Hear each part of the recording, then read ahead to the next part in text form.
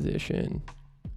Okay, I believe we are live now, ladies and gentlemen. We are live. This is Shooting from the Hip number 11, coming at you Saturday, 12:01 p.m. That's Eastern Time, May 2nd, 2020. We do this show every week. Saturday, noon Eastern, 9 a.m. Pacific. We've got a good show lined up today. And actually, first correction in the history of No Gradient on the show. I said something that was wrong. I mean, I'm sure I've said other incorrect things, but I'm going to correct myself. Something I said last week. We've got 3 epic interviews lined up, one with a cop, and Cameron Smith, who's from a large West Coast police agency.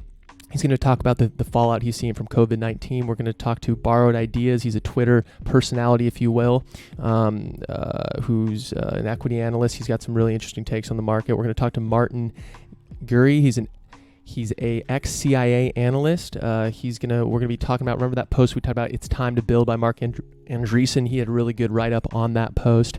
And we're also going to talk about the future of institutions and political parties in the United States. So we got Cameron Smith, the cop, at 12:40 p.m., 1 p.m. Martin Gurry, 1:30 p.m. Borrowed Ideas from Twitter. Here's what else we're riffing on today. We're going to be talking about some parallels between global warming and COVID. I think there's some learnings we can have here. We're going to talk about investors of large funds. They want a cure more than they want any one company to make a lot of money here and be the company to do it. They don't care about that. They just want the economy to get back. We're going to talk a little bit about that. We're going to talk about Crypto Fund 2, A16Z. They raised a $550 million crypto fund. We're going to go through their post because I think it's a great rundown of where crypto is right now. We're going to talk about Bill Gates, had a guest post in The Economist talking about some of the things we're going to have to look at. What does it look like dealing with COVID-19 these next few years? What's the vaccine look like? Things like that. We're going to talk about moral hazard if we have time. Again, we only have till 12:40. It's going to be me and you, and we got Charles Finch as well, producer, on the call. It's going to be us till 12:40. Then the interviews start at 12:40, assuming we get everyone, all the people that said they'd be on. I think we can trust them. I think we'll be all good. So let's, also, if you want to support the show, me and Charles Finley, producer, would really appreciate it. Patreon.com/NoGradient. You can become a monthly contributor. You also get access to the show notes. You can join the Zoom call that me and Charlie are on right now, where we back channel and stuff, and that's where the interviewees come on. We'll keep you muted, but that's one of the perks if you become a contributing member of No Gradient. So we really appreciate the support there. Okay, let's get right into it. We have 37 minutes till our first guest, Cameron Smith. Until then, it's just me, you, Charles Finley, and the riff. Okay, let's get into it. So the correction. So last week, and I talked about trying to get someone in from Hong Kong. We talked about what's going on in Hong Kong right now with China. Would basically be able to be a democracy and be able to govern themselves for 50 years. And I think we're about 10 years into that. I forget how long, but it's not even close to the 50-year mark. And what China's doing is they're starting to impede on the rights of the Hong Kong citizens. Now, the original agreement was foreign affairs and defense would be handled by China. Everything else, the Hong Kong government would handle. So last week when we spoke, Shooting from the Hip number 10, I said that no one had been arrested yet, but I want to correct that. Actually, some people that are fighting for democracy, some politicians that are fighting for democracy, actually have been arrested in China. So I'm going to read and I'll link to all this stuff. It's in a piece from The Economist that I actually referenced last week, but I want to do a correction on this. But no roundup by the police has caused as much shock as the one on April 18th, during which 15 of Hong Kong's best-known campaigners for democracy were charged with promoting, organizing, and joining illegal demonstrations. So they were charged, they were arrested. So Article 22, we talked about this last week, of the Basic Law says that no central government department may interfere. So this is Article 22 of basically Hong Kong, how they manage how they govern themselves. So Article 22 says that no central government department may interfere in matters that Hong Kong has a right to administer on its own. The central government is supposed to run only the territory's foreign affairs and defense. When Democrats accused the liaison office of meddling, it retorted that Article 22 did not apply to it. This contradicted what Hong Kong's government had been saying for years, but the local authorities, after appearing at first to stick to their guns, quickly fell in line with the new interpretation. So this is actually a bigger deal. The last year, we've heard about these Hong Kong protests, and I support the people in Hong Kong. I love what they're doing, fight for democracy. It's a beautiful thing. what's happened now, ever since COVID started, you stopped hearing about this as much. And I tried to get someone on the show. I tweeted at some people. I tried to get someone on the show from Hong Kong, a politician ideally from Hong Kong. Unfortunately, no response, but hopefully in the future we'll be able to get someone on so we can riff on that. But what's going on right now is a bigger deal in Hong Kong than what was going on 6 months ago. The difference is COVID's happening, so no one's covering it. So again, we talked about last week of trying to cover the things that are being blanketed over by COVID. So some of the things we're not thinking about, or they're not getting necessary coverage that they otherwise would be, because we have this global pandemic, which is important. We need to cover it. We need to educate ourselves about it. But there's a point when there's still other things happening that are extremely, extremely important. So I just want to clear that up. So people actually have been charged. I thought it was just a threat, but no, people actually have been charged in Hong Kong. Keep doing your thing. We support you. Keep fighting. This is real. This is a very real thing going on right now. So we're gonna keep No Gradient viewers. We're gonna keep you guys informed on this stuff. Again, we really think, me and Charlie, we really think about, what do we want our viewers to know? What do we think is important that they know? We really think we have a system here. We think we have a system here that is better than what you can get on cable news. We think it's better than what you're going to get when you scroll through Facebook. We think it's better than you get if you go to the New York Times every day. Now, New York Times, we're not saying we're better than the New York Times. What I am saying is we tease through the stuff that is actually very important in a short amount of time. You give us our 40 minutes, we give you the world. That's actually ripped off from another radio station. Anyway, okay, so here's what I want to riff on. After that correction, and there will be more corrections in the future, people. This is shooting from the hip. We shoot from the hip. We're going to be wrong sometimes, and we're going to correct ourselves. We're going to be honest about our mistakes. We're going to be honest when we're wrong. That's kind of the whole point. We start from the assumption that we are learning, and we will be wrong on certain things, on some things. And the best part to do is just start from a basis of not trying to cover that up, but admit that everyone's in this together. We're all trying to learn here, and we're going to correct our mistakes in the future, which a lot of publications, I think, avoid because they think it's going to hurt their reputation. I actually think about it the exact opposite. I love when individuals or publications say, yo, we were wrong about this. It gives them so much more credibility, because what it does is it tells me that next time I read something by them, if they're wrong about it, if they think they're wrong about it in a few days, a week, 2 weeks, whatever, they're going to say they were wrong. So it's going to actually encourage me to go back to that publication. I talk a lot about with the Economist. It's my single favorite publication. The number one thing, if you want to be informed in this world, I think the number one thing you can do is read The Economist. It's an amazing publication based out of the UK. It's been around since 1868. It's been around for a hell of a long time. They do really, really good work, and they have a whole section where people can write in and correct them on things that they said, which I think is really, really cool. Okay, anyway, so let's get into it. So thinking about COVID-19 and the pandemic, and thinking about what it means for, how can we learn from this? I think damn, I'm out of breath, man. This happens sometimes where I can't breathe when I'm talking to y'all. Breathe, baby. Okay, so here's the deal. So, COVID-19 is something that, frankly, I feel like an idiot. For the writing on the wall was the writing's been on the wall for a while. And we talked about what Bill Gates, he was doing TED Talks about this. He was saying, the next thing that's going to kill millions of people is microbes, not missiles. Right? That's the biggest threat to humanity right now.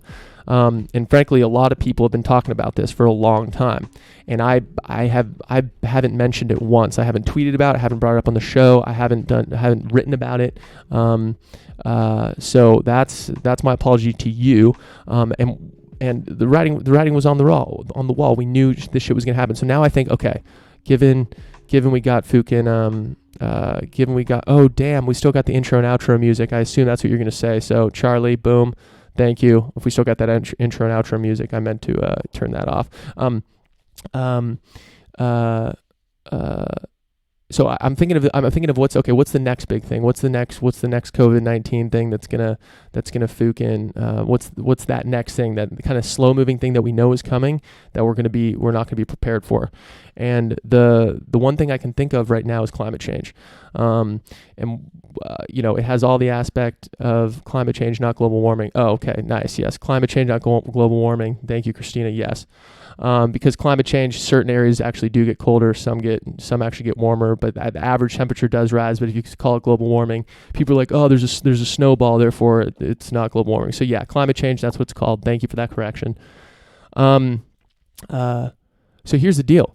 I look at, okay, what's a slow moving thing right now that everyone knows is a big fucking issue and that we're straight up not preparing for. And I can't think of anything else right now other than climate change. It's a fucking slow moving thing that it's going to take the whole world to respond to. And I think it's going to, it's possible, and we're going to I'm going to be quoting this book, and I'm going to share a few passages from this book that's really good. It's called All Earth Discipline, or Whole Earth Discipline. It's really good. I'm going to do some quotes from it. But the thing with climate change is that, yes, it's possible that things just slowly get worse and worse and worse, but there's this notion of positive feedback loops, and there's this notion that there's certain trigger points we can hit that actually unravels the situation. So one example, which we'll get into, is, the ice melts. Polar ice caps melt. Well, what that does is those ice caps actually reflect energy from Earth and back out to the atmosphere.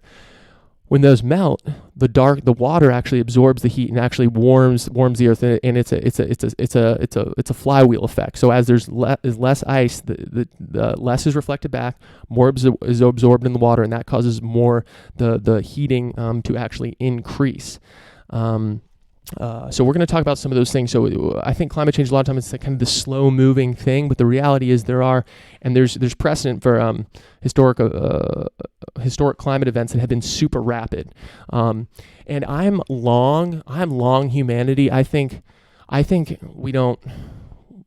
we as a species are very good at solving problems, and we are very good at working together and figuring out solutions to problems. I'm long humanity. I think we're on the right path, but there are certain things we can always improve. And honestly, one of the things with COVID-19 that made me realize is, yes, we're going to get through it, but it's not as if if you had asked me a year ago, if you said there's a pandemic and shit hit the fan, would it kind of shut down everything the way it has shut down now? I would say, well, if the whole world is having to deal with it, we're going to get all the smartest people in a room and they're going to fucking solve it yesterday.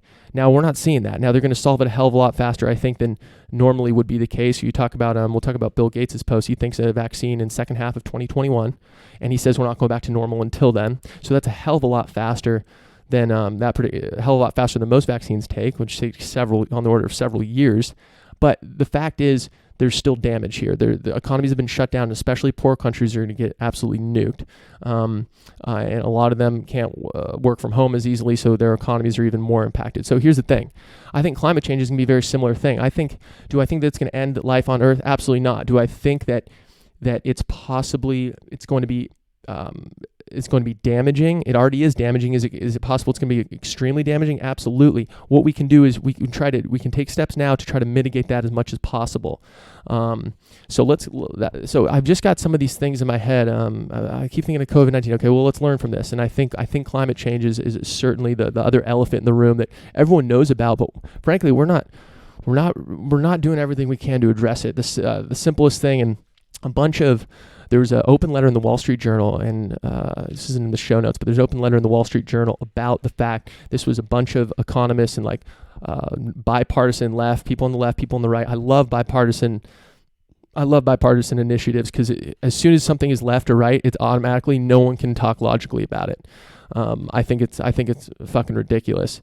It's unfortunate, but that's the reality of the world we live in. So I really try to hammer down on anything that's bipartisan. Cause it's like, okay, this is something that we can cut through the BS. And just another thing on that point, yes, two-party system, we only have two choices, blah, blah. I actually, whether you're on the left or the right, you should actually be a fan of the other side in some regards, because they actually check you. I don't think everything on the left should be done, and I don't think everything on the right should be done. I actually think that there are that the parties can learn from each other and keep each other in check. I think that's very important. So I think the fact that we don't even acknowledge the fact that, yes, I don't agree with you, but thanks for keeping me in check. People don't talk like that, which is sad. And granted, you can say, oh, both parties are the same. Yeah, and that's another can of worms. But they're really not. They are more similar, I think, than a lot of people, like to sow division between them. But at the end of the day, I think they are more similar than people give them credit for. But the fact of the matter is, we need more bipartisan shit, and we need more people talking openly about these issues and being able to say, if someone on the left or someone on the right, they need to be able to logically talk. That's it. That's what it is. Okay, so we're going to go into some of these things. This is Whole Earth Discipline is by Stuart Brand, and the whole title is Why Dense Cities, Nuclear Power, Transgenic Crops, Restored Wildlands, and Geoengineering are necessary. Okay, so I'm going to read some quotes here. Humans perpetually fight, LeBlanc says, because they always outstrip the carrying capacity of their natural environment and then have to fight over resources. Native peoples developed arcane knowledge of how to find and prepare difficult foods because they'd eliminated all the easy food resources. Peace can break out, though, when carrying capacity is pushed up suddenly, as with the invention of agriculture or newly effective bureaucracy or remote trade or technological breakthroughs. Okay, so let's talk about that for a second. When people have the things they need, they don't fight each other, right? This is why this is why for me the biggest thing is let's make people across the world as rich and as as high access to resources and education and everything as possible, because when people have more, they don't want to fight each other. They can just actually try to live a good life. They don't need to start fucking attack each other. And I'm not talking about just on a personal level. I'm talking about country level, right? Okay, so here we go. So let's that's one of my big things there. So here's what we talked a little bit about, this positive feedback loop stuff. So here we go. The reason is positive feedback. While white ice reflects sunlight, 85% of it, dark ocean absorbs sunlight, reflects only 5%. Less ice leads to more absorption of solar heat in the Arctic, which leads to still less ice, which leads to ever more heat absorption, melting ever more ice. That's positive feedback. This particular phenomenon is called the ice to water albedo flip. Albedo meaning reflectance. So another one, let's say another case of the positive feedback is in the Arctic. It's the melting tundra of permafrost, no longer so perma, which releases vast quantities of the super greenhouse gas methane from the rotting of formerly frozen vegetation, along with the evaporation of weirdly flammable ice in the permafrost called methane hydrate. More methane in the atmosphere leads to, that's one of the most potent greenhouse gases. Yes, Barlow, keep the questions to the end. I appreciate that, Brother Beast. More methane in the atmosphere leads to more melting of permafrost and so on. Oh, and also with Arctic warming, the tree line rapidly moves north. So dark conifer forest replaces pale tundra, absorbing yet more solar heat, and another positive feedback gets going. And another, we talk about previous events of extreme shifts in weather. Let's talk about this for a second. He says another bizarre event occurred 55 million years ago when 1 trillion tons of methane burped out of the oceans from thawing methane hydrates on the sea floor. The sudden temperature rise of 8 degrees Celsius, and remember, we talk about keeping that temperature rise below 2 degrees Celsius when the UN talks about their targets and whatnot, extinguished 2/3 of oceanic species and was nearly as catastrophic on land as the dinosaur-killing asteroid 10 million years earlier.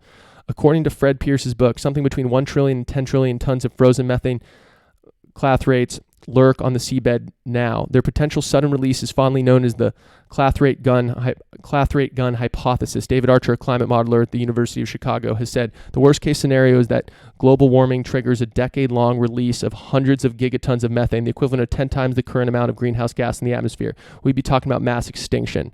Okay. So if you think about some of these quick events, so you think of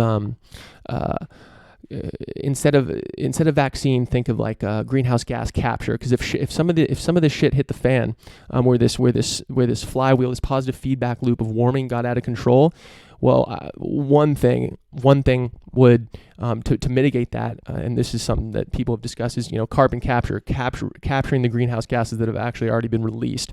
So the thing is, do I think if one of these things, if one of these positive feedback things happened, that we would be okay? Would humanity go extinct? No, I think our species would survive. The issue is there'd be a lot of fucking damage. So it's not a binary thing. It's not as if, okay, we either survive or we don't. Well, same with COVID, right? We are going to survive this, but there's going to be a lot of fucking damage. And could we have mitigated a lot of this if we were more prepared? Absolutely. And we're going to talk about what Bill Gates says. He thinks we're going to be more prepared for the next one. And we've talked about that on the show. We will be more prepared for the next one. And I forgot to mention that Wall Street Journal thing I was talking about before I went on the left-right rant. Was this: there was a bipartisan group of mostly economists, I believe, that had an open letter in the Wall Street Journal that said we need a carbon tax.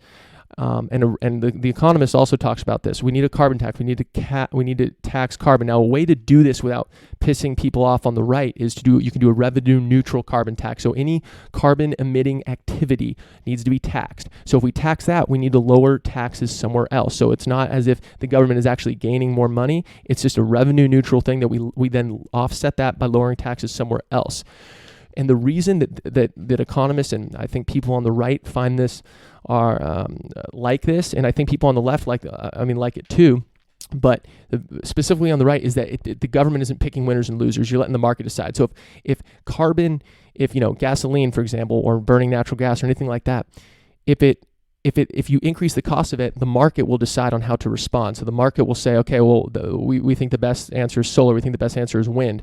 Now, actually, and I haven't gotten to this part in the book yet, but I think the fact that nuclear energy is not a lot more discussed in the zeitgeist is an absolute travesty. For some reason, people on the left don't seem to talk. Obviously, people on the left tend to be care more about the environment, right? But I don't know why all the talk is on solar and wind and not nuclear energy. It's an absolutely very viable way. It's a clean energy generating process. And there was one just in outside of New York City, which I think had been online for 40 years or something. Supplied 1,000 jobs. Supplied 25% of clean energy to New York City. They just shut it down. Which I'm like, what the fook? This is not what we need to be doing right now.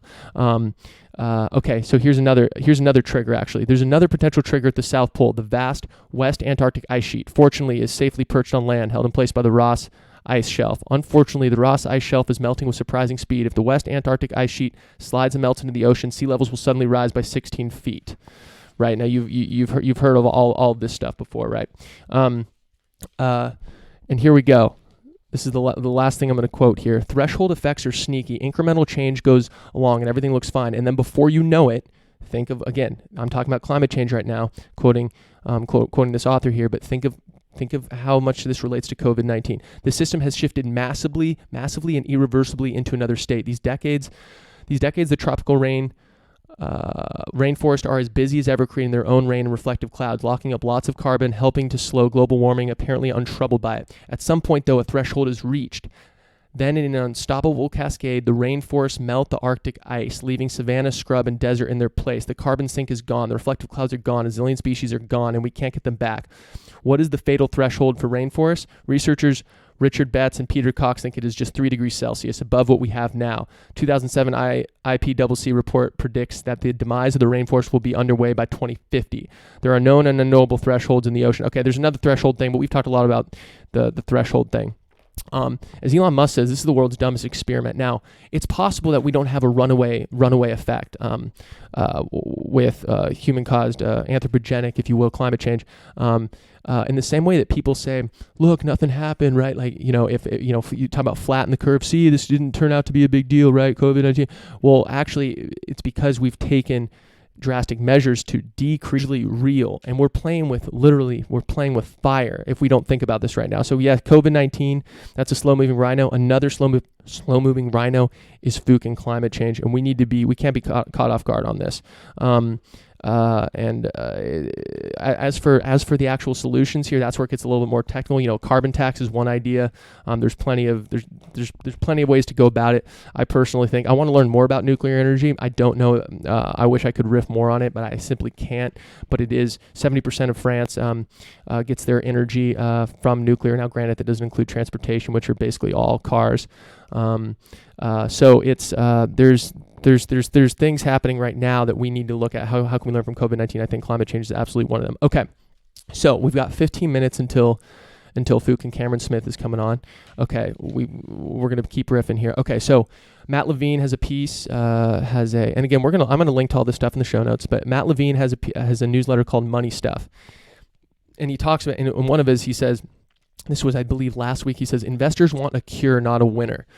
So what he's talking about is, we've talked about index funds a lot on this show. What we've said is that, I recommend putting your assets in a passively invested fund. So, and I basically talk about this every single fucking week because it's the surest way to build wealth, right? Not buying individual stocks, not trying to beat the market, not trying to give some actively managed fund which charges high fees that's going to try to beat the market. No.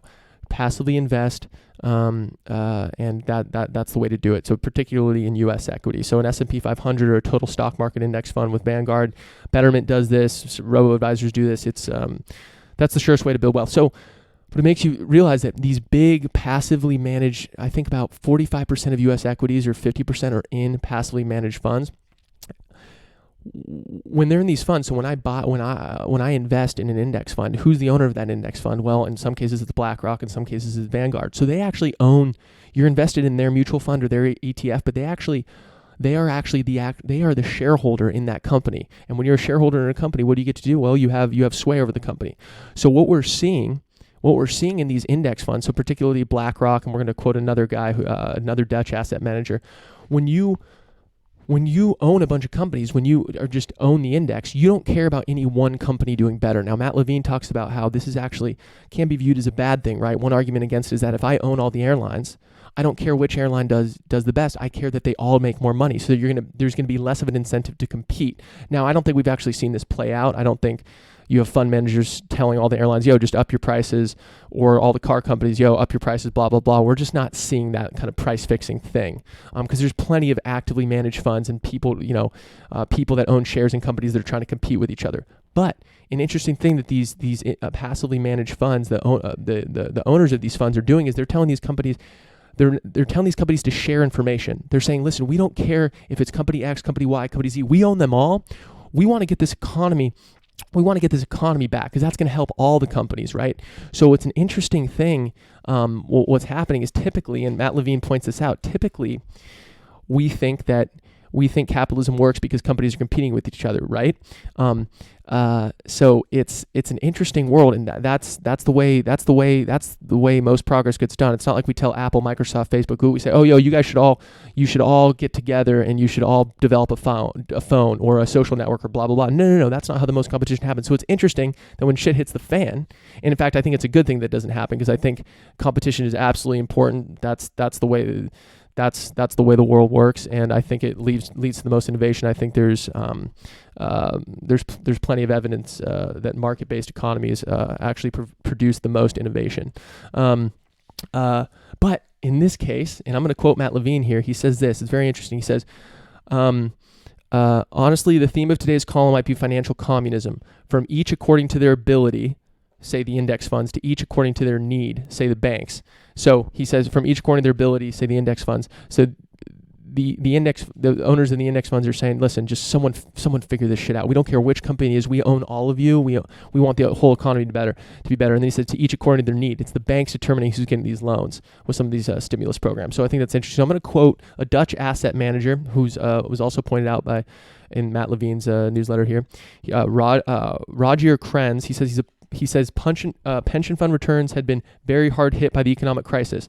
And he says, and I quote, "It is very important for us and for our clients to recover as quickly as possible." He added, "One of the means at the end is to get the healthy industry and pharma companies in particular to collaborate." But it is yeah, exactly. So he wants a big asset manager. I think he's got $2 trillion in assets. He had an open letter with 50 other investors actually that said, yo, companies, share your data. We got to figure this all out together. We don't care if it's one company. We want everyone to share data and everyone to figure this out because that's what's going to have the greatest impact. But it's an interesting thought experiment because typically the most innovation is done, right? It's done when companies are competing with each other. So it's an interesting thing. We're like, well, actually, in this case, just you should all share data. And granted, there's still plenty big prize for the company that cracks this or the individuals that crack this. We're talking Nobel Prizes. We're talking status. Like humans, I think it's good that humans want to try to win and get rewarded for things. I think that's a great motivator. So I think there's still motivation here. As long as the motivation here is still there, and I think it is, and I don't think we're going to have capitalism isn't dead. And I think it's good. I think it's good they're pushing for this stuff. So we got 10 minutes. We're going to have Cameron Smith on. We got a couple, let's see, I straight up don't have much. Damn, I don't have enough time, and I'm going to have to push some of this stuff because we only got 10 minutes here. Okay, so here's what I'm going to talk about. Let's jump to this Bill Gates thing. I was going to talk about the crypto stuff, but let's jump to this Bill Gates, how to fight the future pandemic. So he had this piece in The Economist, and I'm going to quote him here. He says this: "I believe that humanity will beat this pandemic, but only when most of the population is vaccinated. Until then, life will not return to normal." He's saying until a vaccine, life will not return to normal. Even if governments lift shelter-in-place orders and businesses reopen their doors, humans have a natural aversion to exposing themselves to disease. Airports won't have large crowds, sports will be played in basically empty stadiums, and the world economy will be depressed because demand will stay low and people will spend more conservatively. He goes on to say this: "Over the next year, medical researchers will be among the most important people in the world. Fortunately, even before this pandemic, they were making giant leaps in vaccinology. Conventional vaccines teach your body to recognize the shape of a pathogen, usually by introducing a dead or weakened form of the virus. But there's also a new kind of immunization that doesn't require researchers to spend time growing large numbers of pathogens. These MMA vaccines use genetic code to give your cells instructions for how to mount an immune response. They can probably be produced faster than traditional vaccines." This is where he gets specific. "My hope is that by the second half of 2021, facilities around the world will be manufacturing a vaccine." That, again, he thinks the second half of 2021, and he doesn't think things are going back to normal until we have a vaccine. So people, I think you're going to see economies open up a bit, but strap in. We're in this for the long haul. "If that's the case, it will be a history-making achievement, the fastest humankind has ever gone from recognizing a new disease to immunizing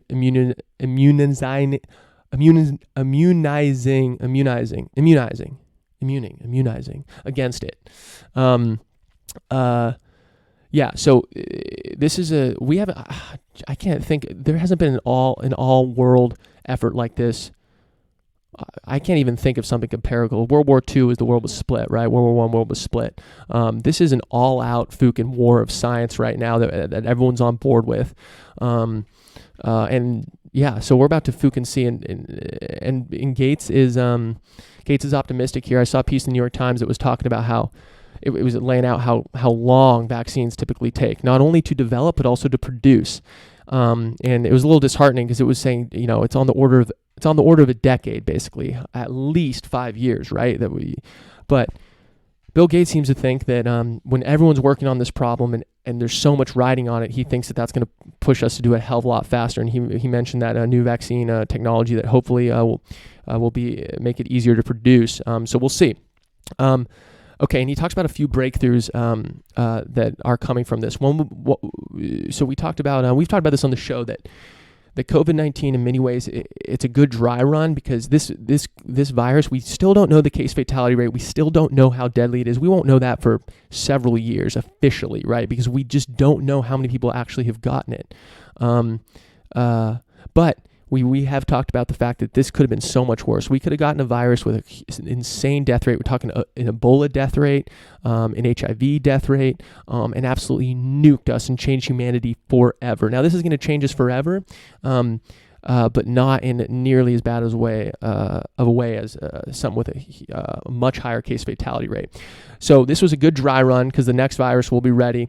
And here's some things he thinks are going to come out of it. One will be in the field of diagnostics. The next time a novel virus crops up, people will probably be breakthrough. The third breakthrough, I think I skipped the second one, Fook. I forget what it was, but one of the breakthroughs will be in antiviral drugs. These have been an underinvested branch of science. We haven't been as effective at developing drugs to fight viruses as we have those to fight bacteria. You talk about antibiotics. Those kill bacteria, right? You think, remember in science class, the only thing I remember, it's viral, you can't cure it. That's one of the things. Viruses are much harder to treat. So antiviral drugs will have a whole new fleet of different weapons we can use against these viruses. So he says, but that will change. Researchers will develop large, diverse libraries of antivirals, which they'll be able to scan through and quickly find effective treatments for novel viruses. So I think that's super, super fucking fascinating. I like what Bill Gates is doing. I'm very interested. I like reading his stuff. I think he's measured. I think he also has resources that he's putting in. He's got skin in the game. He's got his own resources that he's throwing at this. So I'm interested. I do think, strap in, people, because I really don't see, from everything I'm reading, I don't see until we have a vaccine, things are not going back to normal. And even once we have a vaccine, there's still the big question of how quickly does this thing mutate and how often well, we have to get an updated vaccine. Look at, and we've talked about this, something like tetanus, right? Tetanus, you need a tetanus shot every 10 years. What will be the reality of this vaccine? Will we need to get it again? Can you get this virus again? There's still huge open questions, but one of the main things right now is I think kind of the settled things is that we need a vaccine before shit can return to normal. Absolutely. And Bill Gates, and we talked about this on the Morgan Stanley, their 1 year outlook. They said Bill Gates thinks second half of 2021.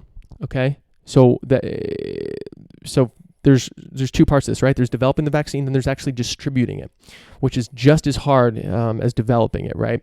Or at least going to take just as long. So there's absolutely going to be rich countries are absolutely going to get prioritized. Healthcare workers in rich countries are going to get prioritized. The people that need it the most will get it first, and it will filter down to the people that need it the least. Now, hopefully, and Bill Gates talks about this, is that rich countries can subsidize this as much as possible, so poor countries can also get this vaccine as well. So hopefully this, we were in it for the long haul, and hopefully we're able to produce it at the numbers that we can meaningfully get it to as many people as quickly as possible. Okay, so we've got 4 minutes. We're gonna Fukin. We've got Fukin. I believe we have Cameron Smith on the call right now. I love that. Okay, we've got a few minutes here. Damn, I always have way more shit I want to riff on, but you know what? I think we're at a good Fukin stopping point. I want to bring Cameron Smith on here. Give me 1 second to Fukin. We're trying something out. We're going to be able to actually share his screen. So I'm going to transition to the Zoom call here. So we're going to give it a sec here. Let's see if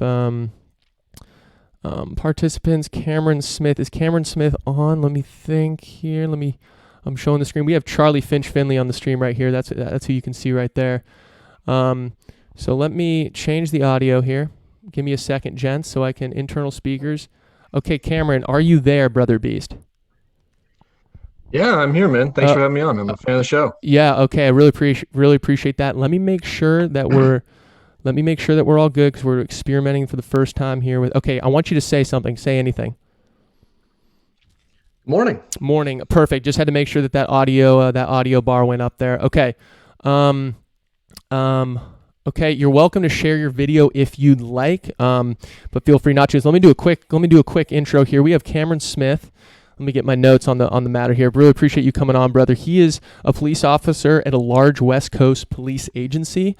And let's just set the record straight here that he's not speaking on behalf of his agency that he works at. He's speaking on behalf of himself and what he's seeing. So Cameron, I wanted to bring you on because there's a lot of things happening with COVID-19.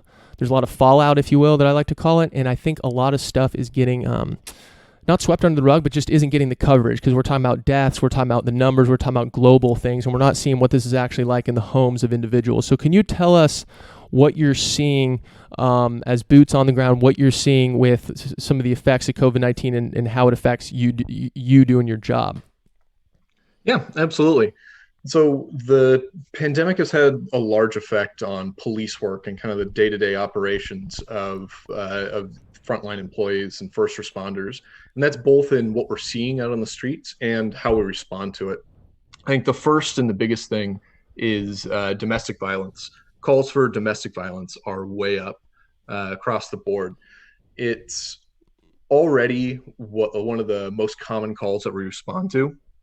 And now it's off the charts. You have people cooped up together that are not normally in each other's faces in the way they are now.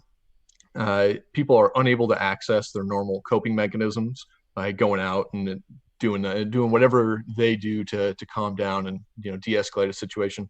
You also have record amounts of alcohol being consumed kind of across the country, and these factors together really make for a kind of dangerous and volatile situation in your average home. It's really a shame, and it's something that I wish more people were aware of, and something that I wish more people were aware of. One, just because it's an important topic, but also because I think if people were understanding of that, they might be able to kind of head that off in their own homes. It's an intensely personal sort of situation, and I hope people would take the time and make the effort to avoid that problem before they find themselves in that sort of situation. Absolutely. Now, something that just popped in my head, brother, is this affecting um, your kind of take on, there's the big debate about right now about opening up the country, right? What time should we do it? How should we do it? Is this, in your mind, is this something that would that you think should be discussed in the debate of, listen, this lockdown actually is bad in other ways. Yes, we need to defeat the virus, but also it's causing these other issues that we need to address. So does that affect your the way you think about the lockdown and how we should open up? I think it's a factor, definitely. I don't think that it is by itself a reason to open up early. We're seeing a lot of uh, other COVID related issues that are not directly related to the virus. Another one is suicides. We've been getting a big Yes. increase in call, like a 40% increase in suicide related calls. And those aren't necessarily completed suicides, but those are people calling crisis line or other people calling the police saying like, hey, my friend, family member, or whatever has been making some concerning statements. Can you go check on them? There are associated issues with COVID and with the widespread stay-at-home orders, widespread job loss that do need to be taken into account. But I think on their own, I think death is probably a more serious concern than those. I think those issues are Totally. manageable. They're logistics issues, Right. essentially. Throwing the correct resources at the right time at that can mitigate a lot of those. And for the virus more generally, I think the stay-at-home orders are the correct resource to throw at that to try and mitigate that. So it's something that we try and manage as opposed to a reason to open up Right. in themselves. Got it. So I want to ask you also about, given COVID-19, how is it affecting your ability to do your job? So when you do these house calls, and we'll talk about some of the other things that we riffed on about, about the social services for the homeless and some of that stuff that's basically on hold. We'll riff on that next. But I'm curious, when you go to go to a house, are you wearing a mask? Are you social distancing? Is it hard for you to do your job if you can't be within 6 feet of someone? How do you manage that? The nature of police work and the nature of work for first responders, it makes social distancing impossible. It's human contact. You have to have in-person contact, and sometimes you're actually putting hands on people to put them in handcuffs. We have some PPE. We have gloves. We have like surgical masks. We were issued one N95 mask to last kind of indefinitely. Um, but and it sometimes you go into like an at-home death call with somebody who dies at home, not under a doctor's care. The police go out to that to investigate to make sure it's not a suspicious death, a murder, that sort of thing. And for those, we've been directed to wear our gas masks. So it's like that's Wow. what we'd use for crowd control or fires. It's effective in protecting. It makes things more difficult, certainly. God, I didn't even think about that. Yeah, it's people, given your occupation, when you show up, people are already going to be on edge. Throw a gas mask on there, and it's gonna really heighten the situation. Yeah, nobody calls the police just to say everything's going great, high fives, and get out of there. Right, It's exactly. always a tense situation already. Right. So, can you talk for a second about what you're seeing with the social services right now that are, what's the effect of COVID-19 on these? They're essentially non-existent. They've essentially come to a screeching halt, uh, and that's really unfortunate for everybody. For domestic violence, there are domestic violence advocates that'll come out and help victims and connect them with resources. For the homeless, there are all sorts of mental health, drug treatment, and housing services that are completely on hold. Also, related to homeless issues, there are social services that help clean up homeless camps when they pop up and get out of Right. control. Social services will go to those camps, try to offer resources, and then for the people who don't take them up on the offer of the resources, they clean the camps, and the people have to move. They pick up the needles and the associated quality of life issues, the urine, feces, trash, that sort of thing. all of that is on hold. So, the social services are not reaching the people that need it most, and they're not mitigating the quality of life effects that are felt by people who are now stuck at home all over the place. It's really a shame. Got it. And is the reason that those things are on hold right now, is it strictly because they is the calculus that they think that'll stop the spread more than actually having these social services enacted will stop the spread, or what's the thinking there to your knowledge? Well, we started trying to do that. We being civic, city governments, uh, tried to have as much of that done remotely as possible early on in this. But at this point, most of those workers are furloughed. If they were working Got for the it. government, they're gone, and that's due to just tanking incomes that city governments are getting. Most cities are stretched to the extreme, trying to pay for all of their essential employees as it is, and it's hard cuts to get rid of social services, but a lot of those people are not union represented, and city governments are only paying what they're absolutely required to at this point because they're broke. Got it. And you can just tell me that if you don't, I might be getting out a little bit out of your area of expertise here, but why is it that the funds are drying up for these things specifically? Is it because there's the tax? Is it a sales tax thing?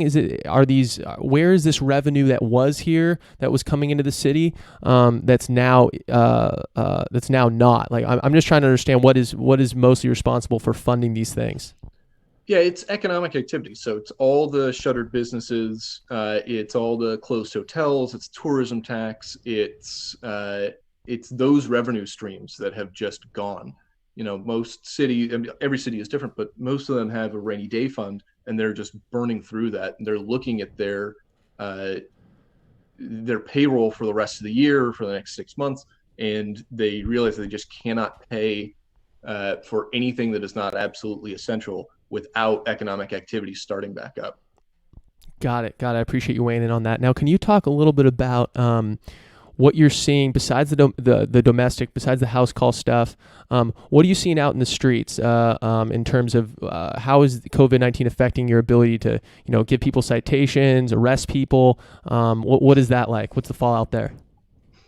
Yeah, so there's a big concern about introducing the virus into captive populations, specifically in my area. That means bringing infected people into jail, where that population it would be disastrous if it got in there.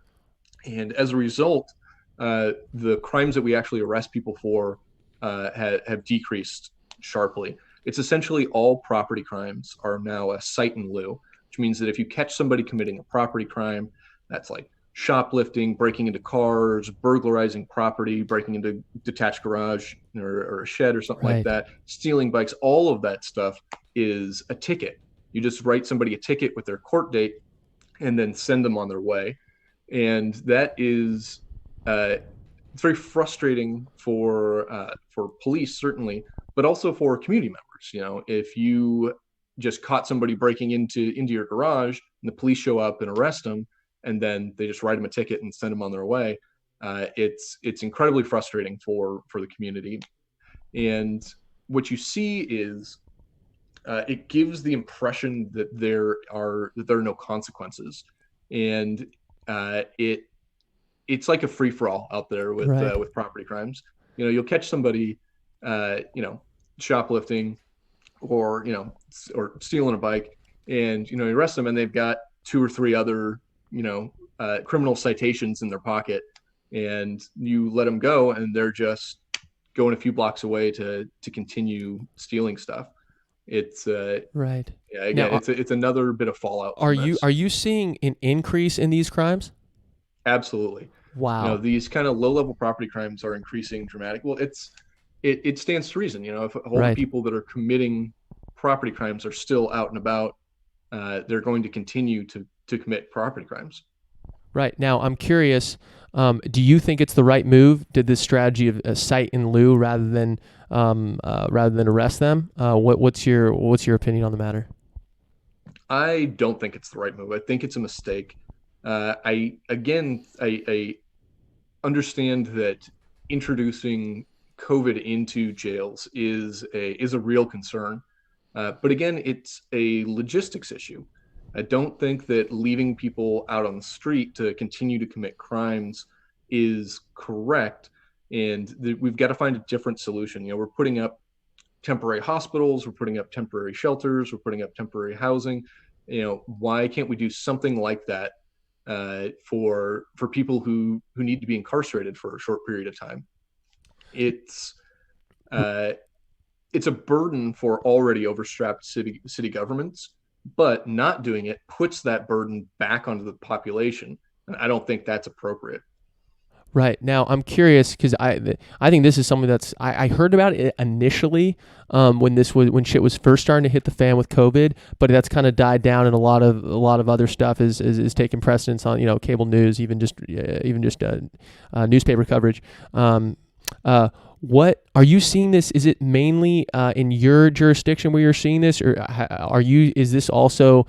Is this a widespread national thing, or is it specific to you? I'm just curious because I don't know the extent to which this is a problem. Yeah, so there is no such thing as like a national best practices for police departments. It's just not a thing, and some of that is due to the very different needs of different communities that are served all over the country. Right. So I can't speak for everybody. The West Coast is generally all on the same page, and so kind of up and down the West Coast, this is pretty standard for everybody on the West Coast. Right. Is there anything else that you're seeing that your police department or maybe others are doing that you think should be done differently? I think the biggest thing is not arresting people when they're caught committing crimes. Right. Is a problem. I think it erodes public trust. Right. And it erodes confidence in government institutions. Right. Absolutely. I'm also curious. What is your opinion on people's during this time their First Amendment rights to organize? Now we're seeing this a lot. I think Michigan is the kind of the headline state on where you're seeing these protests take place. People petitioning their government to open things up again. I'm curious where you stand on that. In general, I think that people have the right to protest. I think free speech is an important fundamental right, and I fully support that. We as law enforcement have a duty to protect and support those rights for everybody, even when the content is unsavory for most people. Specifically with the people who are protesting against the stay-at-home orders, I think there is another issue of they're making people unsafe, or they could be making people unsafe by doing that. And I think in the media coverage, they are treating it like this is the first time we've ever run across this sort of issue, and it's not. There's actually a fair amount of case law having to do with when, where, and you manage that with something called time, place, and manner restrictions. That means that the local government can impose restrictions on when, where, and how somebody can protest to make sure that it's safe. I think that those people absolutely have the right to protest and to petition their government for what they see as an incorrect move. But I think local governments need to be more aggressive in how they let that happen. They need to leave an alternative channel for people to protest, but like blocking the streets, blocking traffic in front of a hospital puts people at risk in a really very real way. And that's not an appropriate way to get your message out and to hear and to petition your government. So there's room for people to exercise their rights without endangering others. You just have to find that balance. Totally. I think that was an excellent rundown of it. I think too often people are when people speak about this, it's kind of either it's either one or the other. They say either of course they have the right to do this, which I personally err. I think the First Amendment is the greatest thing in modern government in the last few hundred years. I think it's amazing. But then you have people on the other side that say no, of course they shouldn't be able to do this. Like we need to mitigate COVID-19 as much as possible. Well, as with a lot of things, it's actually I think it's somewhere in the middle. So I appreciate you giving that rundown. I want to know, do you have What's your biggest worry right now, as a police officer?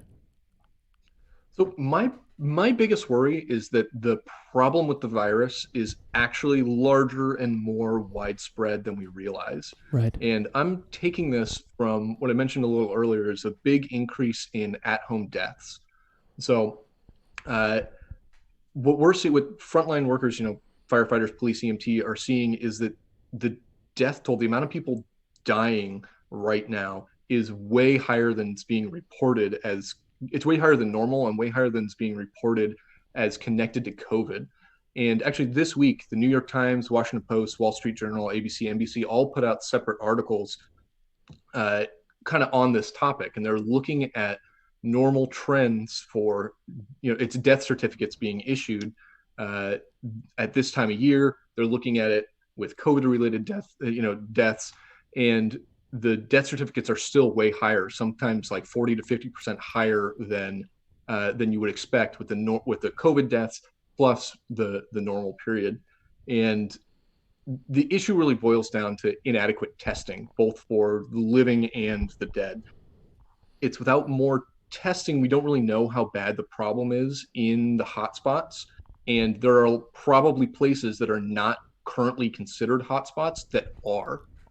My concern, the thing that really worries me, is that while we're trying to determine, where, when, and how to reopen, the disconnect between how many people we think are dying from this and how many people actually are is going to lead us to an incorrect conclusion. And because of that, we're going to blunder into a second, more serious wave and end up having to re-implement or extend these stay-at-home orders longer than we otherwise would have.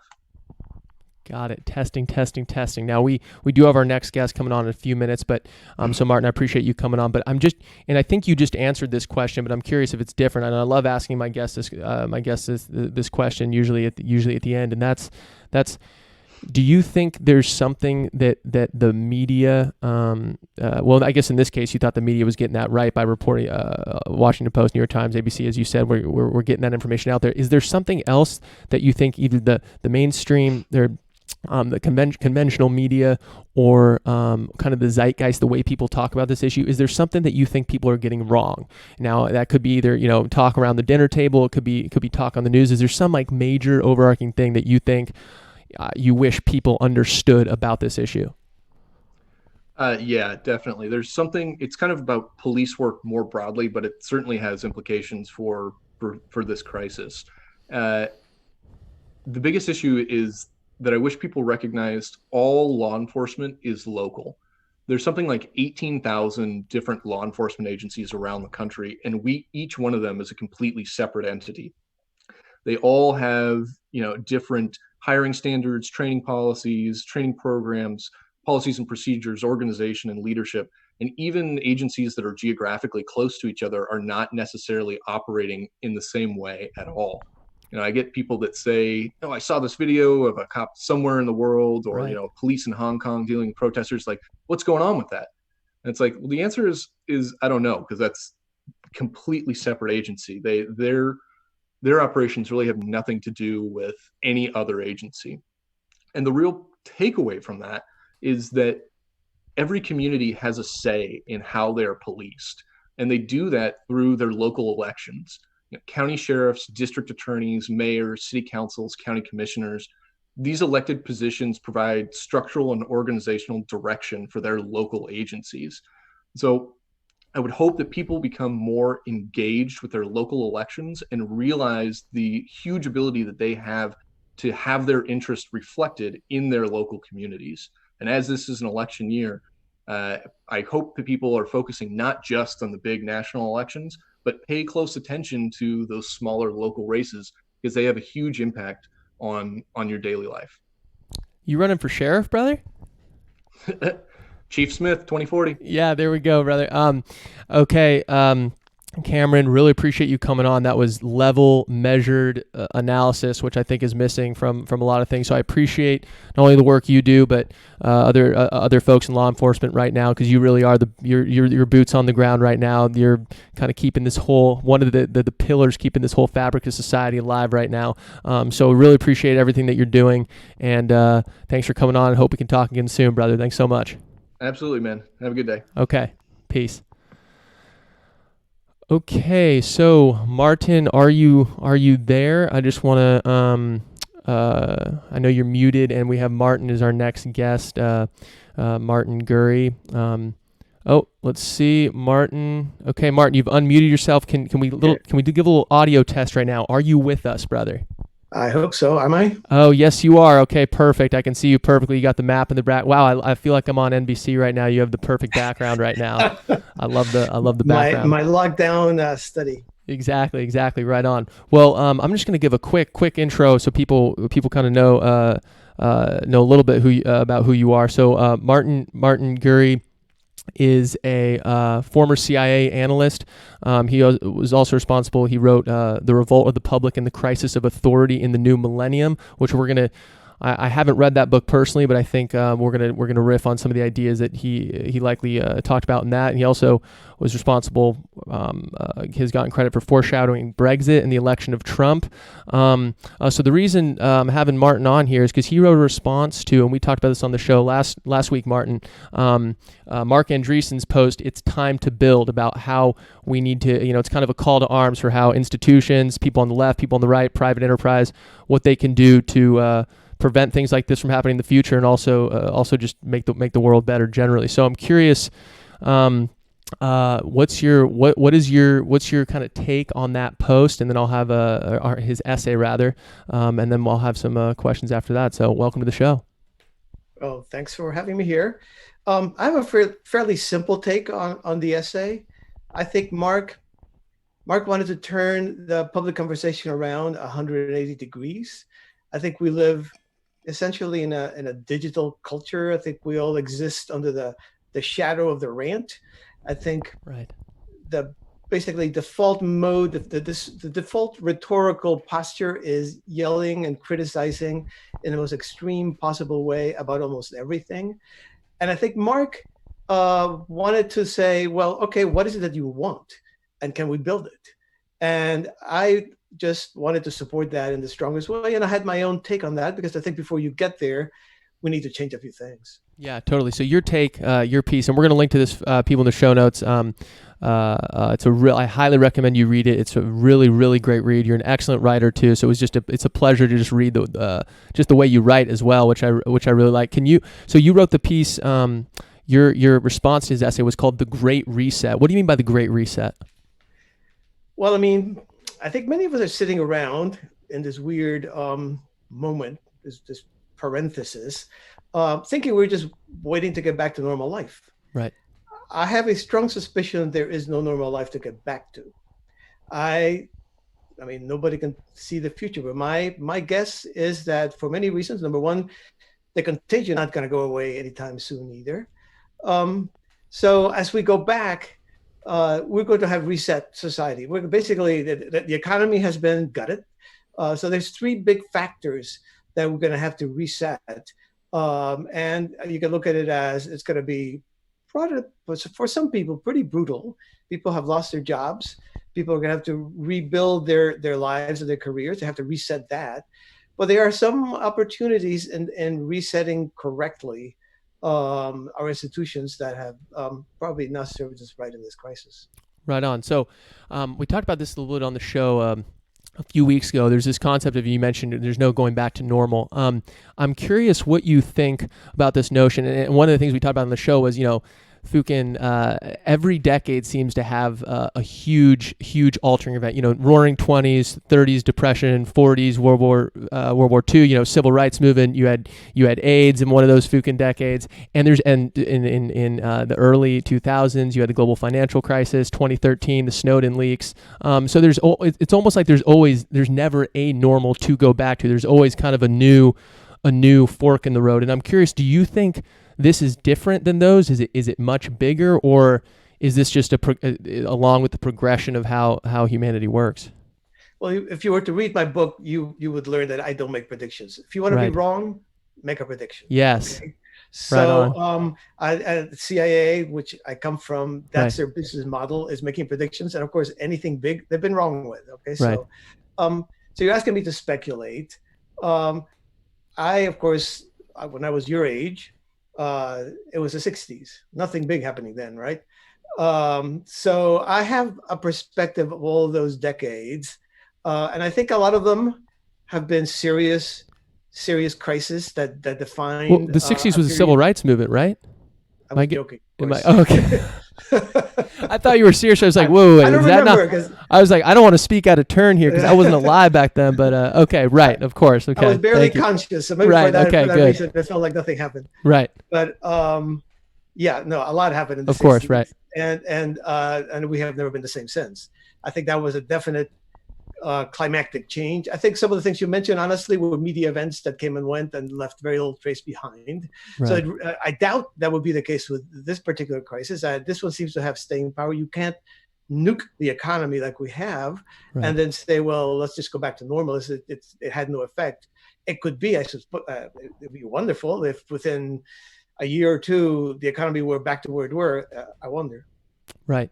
So I want to share a quote from your piece here. It says, you said about one of the main foul-ups. So first, the COVID-19 contagion spread much faster than the capacity of the big political and scientific institutions to react. These institutions are a legacy of the 20th century. They worship process and move with bureaucratic deliberation.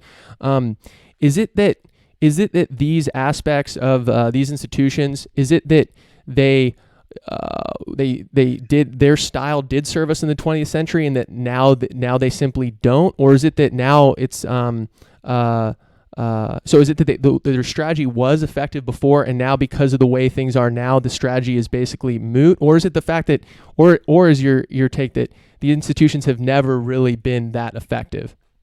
Well, it's a question of legitimacy. Right. When these institutions make drastic decisions such as go home, young man, lock your door and wash your hands. I mean, that's a very powerful thing for a political entity to be telling citizens of a free country.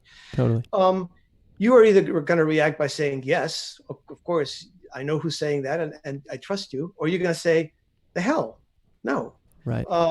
And I think in the 20th century, the information environment was fairly dominated by these institutions, almost completely dominated, so that even when mistakes were made, either you could sacrifice an individual and not save the system, or you could just sweep it under the carpet and say, well, no, this is the way it is. And you could keep the agenda under control. In the digital age, it's just not possible. It's just not possible. So we know every mistake they make. We know every death. We knew every death before the institutions seemed to know it, right? And we knew every stumble and every pratfall. We could see them before they even realized that they were pratfalling. So right. I think there's a question of legitimacy, and particularly important. It's true of all governments. Particularly important, of course, in a democratic government, where you need the consent of the governed, even if it's passive. And I think the difference between then and now is less the performance of the institutions, it's the fact that we know much more. We see the sausage being made and it looks ugly. Right. So it turns out the sausage was always ugly. We're now able to see it. Okay, I think in some ways that's almost a good thing, right? Because it's not that these things are. It's obviously good for more information to get out there, more for people to these things to be more transparent. But it's also that you're not saying that these institutions have, have completely imploded and are not operating the perfect way they were operating in the 1940s or 1950s. You're just saying that the truth is out. There was no golden past. Right. None. And honestly, I tend to be very forgiving. People who are into the rant and saying, well, they should have done this and they should have known that. They were given really crude instruments to basically react to a very fast moving problem. And they didn't do well because part of the problem is they pretend that they know. These institutions have been shaped in an era, the 20th century, where you just stood in front of a big podium and said, well, this is what's all about, and this is what we're doing about it. Look very serious, wore a suit, and everything was taken care of. Well, they are still in that mode. They're still acting that way, but now we can tell that they're pratfalling. So it's the dichotomy between what they're telling us and the mode in which they're telling us, and the fact that we can tell they don't have a clue. Right. Right. No, yeah, I think it's in some ways. I mean, it's kind of been mind blowing for me because the way I've been staying informed with this is not through official means. It's been through one of the ones that we've talked about on the show is a lot is Our World in Data, which compiles a lot of this data. And granted, a lot of this data is coming from the government from different governments, but they're putting it in, they're describing it in ways that people can understand, and they're putting it all in one place in a easy to use way, and they're open sourcing it too, so people can download and stuff like that. So that's been cool to see. I'm curious, do you think is that necessarily a good thing? I'm always of the mind that as much as power can be given to individuals, as much as individuals can take care of themselves and learn and share with each other, friends, family, community level, I'm of the mind that that's always necessarily a good thing. Do you think that are there drawbacks to this kind of, and I think you call it the fifth wave? Are there kind of drawbacks to this that you see? Well, I mean, I'm a fairly simplistic person when it comes to politics. Right. I'm a believer in liberal democracy the way we've had it all along. I don't nurse grievances. I don't have rage. I feel like I'm the last human being. I mean, I hide in my room and I pretend that everything is okay. Right. But I mean, I'm not really sure. That's a good question. I'm not really sure. Okay. Yeah. I would say, let me put it this way. I would say what is important is to restore the legitimacy of the institutions, whether you're never going to have perfect democracy. I mean, you're never going to have some digital way in which there's a problem presented, like should we lock in place or not? In America, 320 million people go to their internet, their laptops and go, yes, no, yes, no. That's not going to happen. And if it did, it would be horrible. Okay. Right. So you're always going to need elites. I think, unfortunately, the elites we happen to have now are not of a very high standard. And I think the public is exceedingly angry because of that. So I think the issue is, how do you reconcile the public to the institutions more than should you democratize everything or push decision-making down to every individual? Right. And I think the way to do that is to get flat. I mean, we are in the digital age. We are living at the speed of light. All right. The government is like a great pyramid, it's just standing there. Right. And the people at the top have barely any idea that we're zipping around them at the speed of light. So we need to somehow sync up. Right. So I want to, related to that point, I want to quote your piece again, the Great Reset, which I'll link to in the show notes. It says, "No reason exists why parties can't strive for the energy, participation, and shared interests of a healthy online community, say a combination of Wikipedia-style governance and subreddit-like openness." And my specific question there is, do you think are the parties right now? I think respect for the parties right now are going to be reforming, or do you think that they are? And again, I don't want to make a prediction right now, but do you think they're dead and there's going to be something else that grows out of them, or are they just going to reform and in 10 years we're still going to have Democrats and still going to have Republicans, or is there something bigger than that here? Yeah, I mean, if you look at the data, it's a weird thing because we were told that we live in this massively partisan moment. Right. Look at the surveys, the opinion surveys. Everybody says, I want a third party. And if you look at the trust in the political parties, it is at an all-time low. Right. So how you get partisanship out of that, I'm not really sure. I don't make predictions, and I won't make one now. But it is clear to me that among the very most catastrophic victims of this changed information environment are the political parties who were in trouble, by the way, even before then, I think. So basically you had an institution with a pre-existing condition that caught the digital virus, and whether they die or not, I mean, you look at our history, they seem to somehow endure. And you look at what's happening with the Democratic Party, where the grandees of that party basically put an arm around Joe Biden and are slowly walking him to the finish line. I think that is a pretty, it interesting example of an establishment getting its wish, which hasn't happened in quite a while. So they're there. I'm just saying, for our democracy to function the way that it has with two political parties, the parties need not to be the way they were in the 20th century, which makes no sense, but more like what communities are today that are thriving and vibrant. And many of them are dysfunctional. You know what that's like, I'm sure. A public person like you, I mean, by the third comment, somebody uses the F word. By the 10th comment, somebody's threatening your life. I mean, the internet is crazy. It's a crazy place. You have to bear with that. Right. But you can also have governance like they have in Wikipedia, and you can keep it healthy. Right. And I think if I ran a political party, and I'm thankful I don't, I would strive for that. I'm curious, and I've publicly, as you said, I'm a public person. I did publicly say when all the, and feel free to not to answer. I know you're not necessarily a political person, if you will, but when I was looking at the Democratic field, I was thinking personally, who has the best chance of beating Donald Trump? I say, okay, I think Joe Biden does, even despite his cognitive abilities declining and some of the other issues with him. But I thought it was disheartening that to me that I think this is the only guy that can beat him. Do you think that's true, or do you think it should have been someone else of the field that was there? I'm not saying there should have been. You don't need to speculate on who else could have jumped in and maybe won, but of the field that was there, do you think there was someone else that you think would have had a better shot? Yeah, I have no idea. I can tell you, right. The entire field, and I throw Trump into that basket. Yeah. It was pretty deplorable, as the saying goes. Right. But I mean, it doesn't really matter. I don't think you could put a cardboard cutout of Homer Simpson to run against Trump. The race is not going to be about the other guy. The race is going to be about what do you think about Donald Trump. So I think that unless you had, a candidate with Lincolnian qualities, and when was the last time that happened? Right. I think it's not going to be about the Democratic candidate. It's going to be about Trump. He is, until this one of the really strange things about this crisis pandemic is that it's the first time since he's come on to the public stage that he's been dwarfed by something. He was like this towering in terms of information. Right.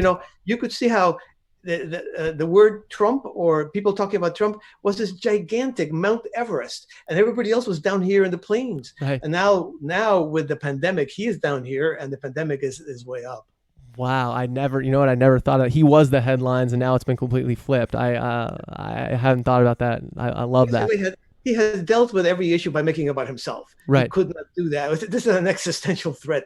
Right. People are worried about living and dying. Donald Trump, okay, you can think what you think about him, but I just don't want to die. Right, totally.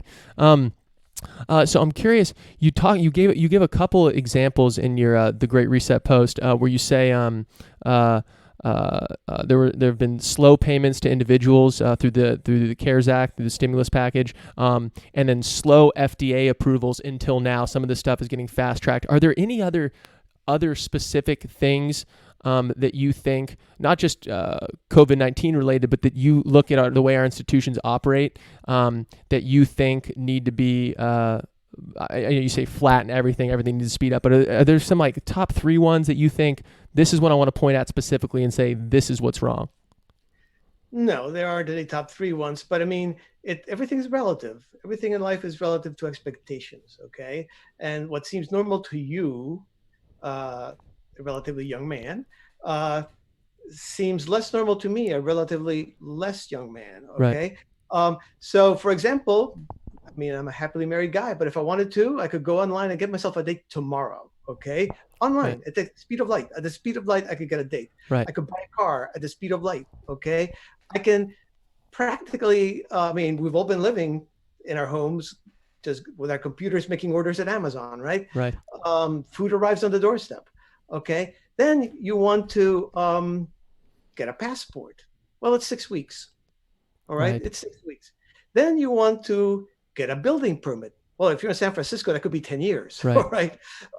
It is like you suddenly have moved through a time hole, and you're back in the 20th century where everything crawls along and you're supposed to put up with it. And what's happened is your expectations have changed. That was always the case before, but there was no sense that it could be any different. Now, you can have practically, you move at the speed of light. Society is moving at the speed of light because it's online. All right. And government is moving along like a fairly battered 1950s car that is just reaching its last gasp before it has to be replaced. So, I mean, it's expectations, and you can just go and pick any example of anything that you need to interact with the government with. I mean, one of my sons and his family are here. They live in Brooklyn, so you can imagine. I'm in Virginia. I'm living in Virginia, outside of Washington. So we've been very fortunate. The outbreaks here have been very mild. So they're here. His wife was pregnant, had a baby. Okay. Right. Well, to get a birth certificate, they won't accept a credit card. They won't accept that. You have to write a physical check, or go get. I mean, I forget what the term was. Something that people don't use except I can't recall last time that was even used. This is to get a birth certificate. It's not like people aren't born every day. It has to be the 20th century mode of payment or none. Sorry. Right. We don't adjust. It's up to you to adjust. Come back to us in the 20th century. This is the way we like it. Right. Yeah, I never thought of it that way, that it's not necessarily that the government's going slower. It's that now I have things like Amazon, email, I can Venmo someone and all these things. But now and then I go to I go in to get a Fukin passport and it's completely shoved in my face. Where are you located? I'm currently in Durham, North Carolina, but I live in I'm kind of from Los Angeles and based there, but that's not where I'm quarantining. I'm quarantining in Durham. So yeah, I mean, the fact that you and I are seeing each other from Washington D.C. to Durham, I mean, that seems very normal to you. I'm still old enough that I think, good God, it's happening instantaneously. So we're used to this. Right. It's absolutely incredible. The government to shadow that. Right. So we got a few more minutes here, and I know you were again, I don't want to force you into predictions. I'm curious on the prediction thing. I'm focusing more on the show right now. I'm not publishing as many predictions as I was, but the reason I was publishing predictions weren't necessarily to say I was right. It was to kind of track my worldview over time. I think a lot of the issues with pundits is they don't say falsifiable statements. So they'll speak in general terms. So you can never say you were wrong or you were right. Whereas I wonder what your take is. Do you wish people were? My opinion is, and I want you to respond to this, is that I wish people made more predictions, more falsifiable predictions, because then we could actually determine whether they were right or wrong instead of just kind of the hand wavy general statements that they make now. So I'm curious how you'd respond to that. Well, I mean, if you could come up with a prediction that has a methodology that's repeatable, then okay, I'd be happy to hear that. When it comes to human events, I'm here to tell you, I don't believe that's possible. Right. So I think for issues like the pandemic, but like many, many other issues, including war or whatever, I think the idea that our elite class encourages, I mean, that, like I said, that was the CIA's business model, is we predicted the future. Well, so I don't really think it's possible to predict human behavior, human relationships, human affairs. I think you need institutions that adapt very quickly. That are quick on their feet and who realize, oh, I was set up to do this mission, but now things have changed. I'm not here to make sure that nobody gets a bad cure. So no matter what, I'm going to put up every barrier I can to make sure that every possible bad cure is stopped. All right. No. We need quick help now. People are willing to take some risk to get that faster cure. Okay. So we don't have those institutions. Our institutions are set up for the one model over here of, the 20th century. And so I think less than prediction, adaptability. It's an evolution. It's a Darwinian environment. You can never predict. If you're a dinosaur, you're king of the world, then that meteor hits the ground and you're gone. Right. And some little rodent inherits the world. So. Right on. Just to wrap up here, is there anything? Two more questions actually. Is there anything people are saying that COVID-19 wasn't so much a black swan event as it was a gray rhino, kind of a slow moving thing that we knew was going to happen. Not new, but we thought there was a very likelihood, and Bill Gates has been talking about this for years, that there's a very likely chance that something like this was going to happen. Is there a slow rhino that you see today that you don't think is getting enough attention? No, shortly, no. Right. Right. Do you think climate change could potentially be one of those? I'm curious your thoughts on that. I try not to talk about climate change. I don't know that much about it, honestly. And it's almost like a religious subject with some people. Sure. So I don't challenge their beliefs in God or such, and I don't challenge their beliefs in global warming for or against. So Right. I don't see that. I mean, long view, and that's a really long view, okay? Because we long view. I don't think it's going to be a sudden thing. It tends not to be. It rarely does climate change catastrophically. But I don't even know enough to say that was for sure. Right. Okay. Fair enough. Then I want to. I'm not gonna push there. The one thing I will say, I'm curious, and feel free to just brush this off, but this notion, and we talked about this at the beginning of the show, which is this notion of positive feedback loops, where if you have the polar ice caps melting, and there's other things like this going on as well, but as they recede, the water beneath them actually absorbs more energy and makes it even hotter, and it's kind of a positive feedback loop. So it becomes a speed up situation. It sounds like you're not worried about that potentially happening. I just think, particularly in wealthy countries, I mean, right. I think we can adapt. I'm a believer, and things change. The world changed. The strange belief and that we ought to freeze in place the universe, yes. Which is prevalent in a lot of quarters today, and your generation seems particularly prone to it for some reason. Right. That's a strange one to me. Things are going to change. Bad things are going to happen. Good things are going to happen. You know, the piano's going to fall on your head. You just need to be swift on your feet, right. and adaptable. And I think in the case of global warming, I think that the wealthy countries will see it through. I'm pretty sure of that. The poor countries may be hard hit. Right.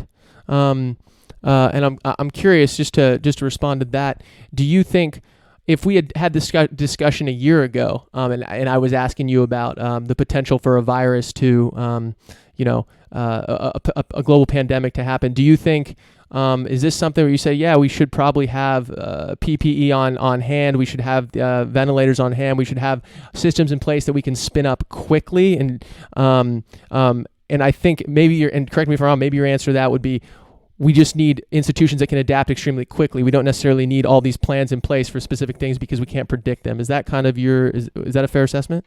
Yeah, I mean, from my own personal perspective, if I knew then what I know now, right, then I would say yes, but that's the trick, isn't it? Right. And I think I would add, and yes, they need to be adaptable, but I would add another factor, which I think is really important and we haven't touched on yet, which is our elite class is still stuck in that rhetorical posture of, I know, I'm an expert, you should listen. Right. And I mean, you have a situation where the Surgeon General at one point says you should not wear masks. You're taking them away from hospital workers. And then today you have a governor in Massachusetts that's making it mandatory by law to wear a mask. Right. So we need humility. I mean, that's fair. The ignorance of the human race far outstrips our knowledge. Right. If we are aware of that and we base our politics and our policy decisions by saying, well, this is the way we think it ought to be, but let's adapt later on down the road. If we're wrong, we'll backtrack. Right. I think there would be a lot more forgiveness of this elite class. I think as they come up there and they orate at us and say, well, you need to do 1, 2, 3. 3 days later, they're saying the opposite. And as you say, they're not publishing their predictions from way back when. Right. They just never said the thing before, right? They just completely transition from one thing to the opposite. Right. And we're supposed not to remember that they did it. Right. There's an investor, Howard Marks of Oak Tree Capital, who puts out these memos. And one of the biggest things that he talks about is his ability to say, I don't know. No one knows. We don't know. We don't know where the market bottom is. We don't know what's going to happen. We have all these things that are happening right now. We don't have something to look back on in the past and be able to say, this is what's going to happen because this happened before. There's nothing like that right now. So I really like people that are willing to just say, I don't know, because that's more helpful than giving an incorrect assertion of something. I want to end with one question. Is there anything, and I asked Cameron Smith this last, is there anything in conventional media or in the zeitgeist or at the dinner table with your family, for example, that you think people are missing about what's happening right now? Is there something that you wish was getting more coverage? I mean, not any specific thing. I think, and it's not just mainstream media. I think I tend to analyze media in terms of the information sphere, Right. which it's a huge environment, a huge ecology, and the digital and mass have all kind of become interpenetrated, and they all talk about each other. Uh, the one complaint I have, if you want to call it that, is that Right. for such a supposedly fractured and diverse, I mean, all the saying is so fractured, it's so diverse, so many voices. It was like a single shriek of panic when this thing hit, right? I mean, you can track it. People have done it. It was like, I think, January 21st, the first case in the United States of America. Until then, it was like a little murmur, right? And then Right. the entire information sphere, spiked. And, for example, we bombed people in Iraq. For example, a court in Russia said that Vladimir Putin could stay president until the year 2036. Events are happening. Right. I think we put an absolute value on this crisis, and I honestly think it helped stampede our officials into doing decisions almost themselves in a panic. Right. Right. Well, Martin Gurry, everyone, thank you so much. Thank you so much for coming on. I really appreciate your analysis. I really appreciate what you're doing. He has a blog. It's called The Fifth Wave. I highly recommend you check it out. I look forward to being a reader. I wish you had a newsletter, though, to notify me when new posts come out. Do you have a means to do that?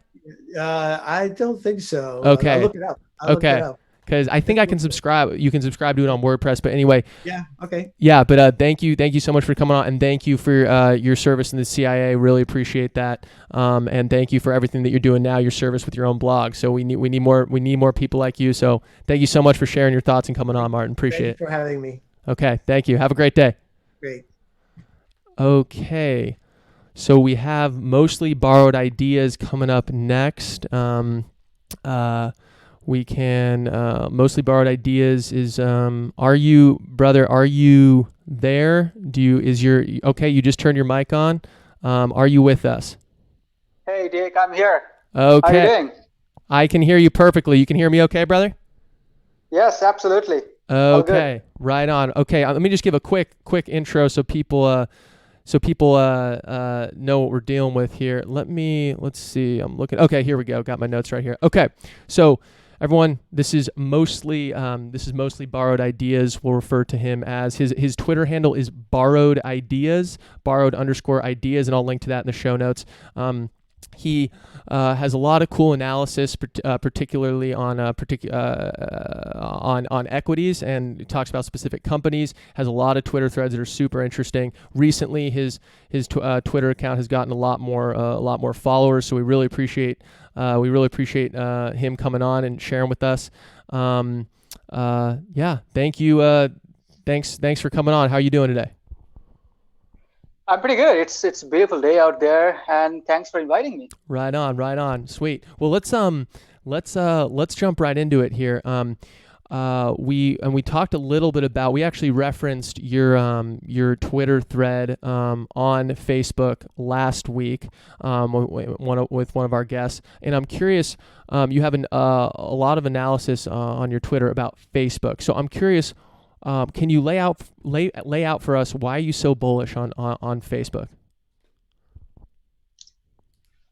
Right. So it's kind of interesting, the fact that people kind of misinterpreted my last tweet in that thread. So I mentioned in my last tweet, Facebook has the least impenetrable moat among the big tech. Yes.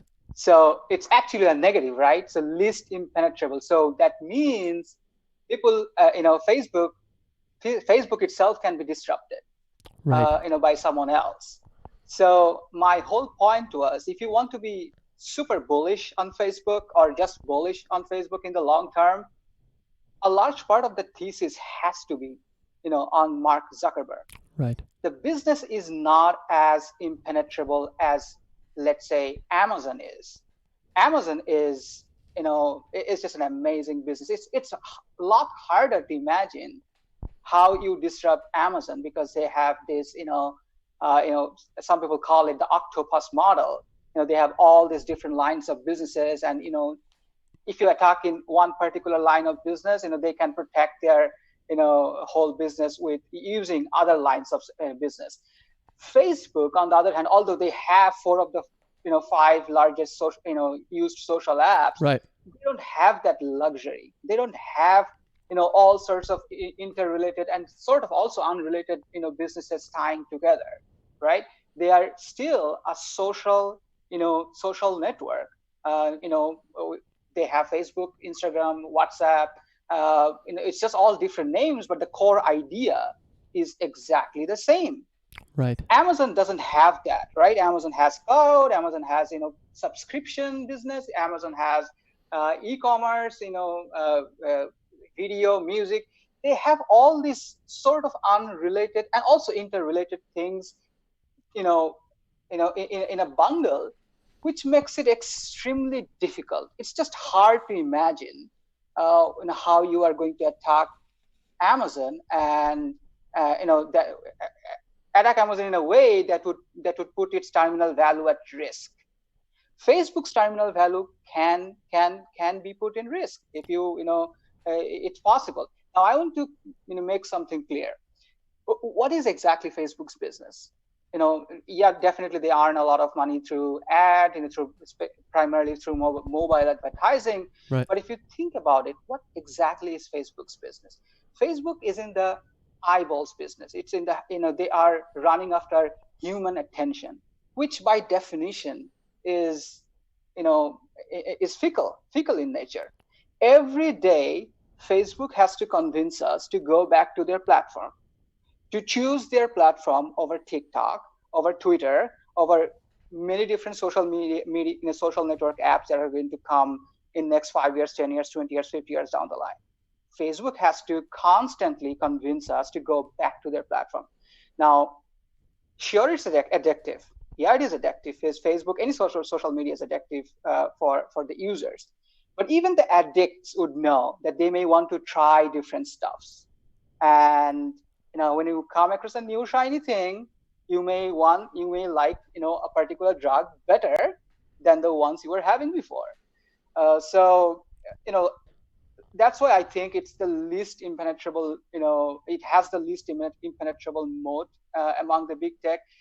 But that doesn't mean it's not there. That's an important distinction.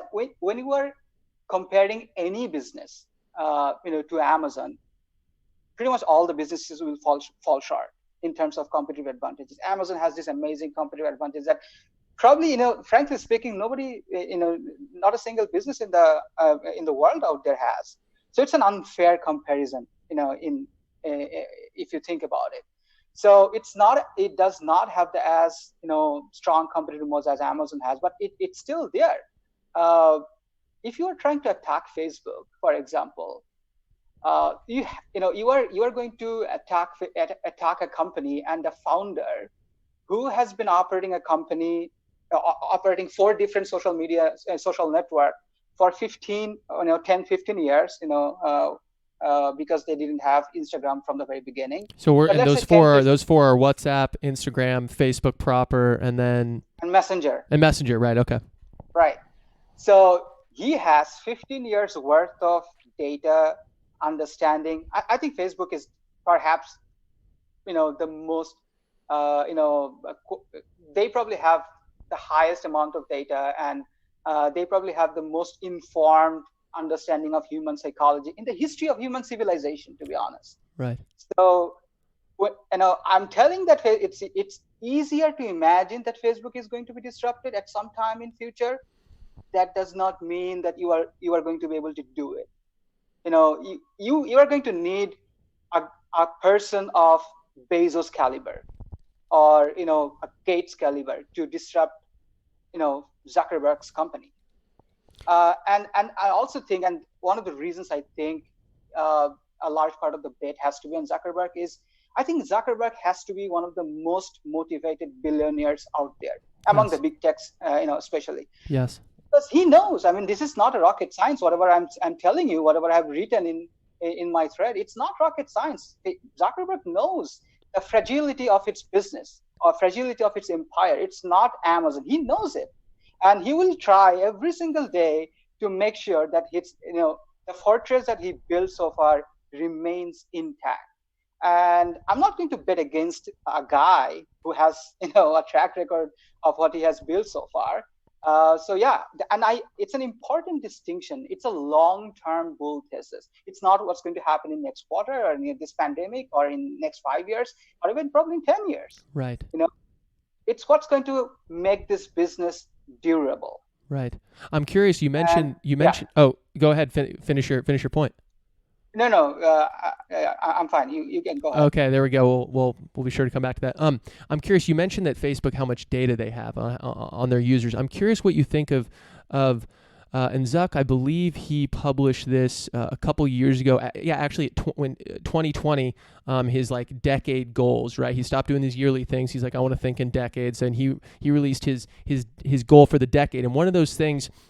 I believe it was in this post where he talked about he wants Facebook to move to private encrypted networks, right? So basically giving users the ability to communicate. I mean, WhatsApp already does this. They can't snoop and get and read those messages. He wants to expand that to include a lot more of the social network, so a lot more, make it more private and more secure. I'm curious.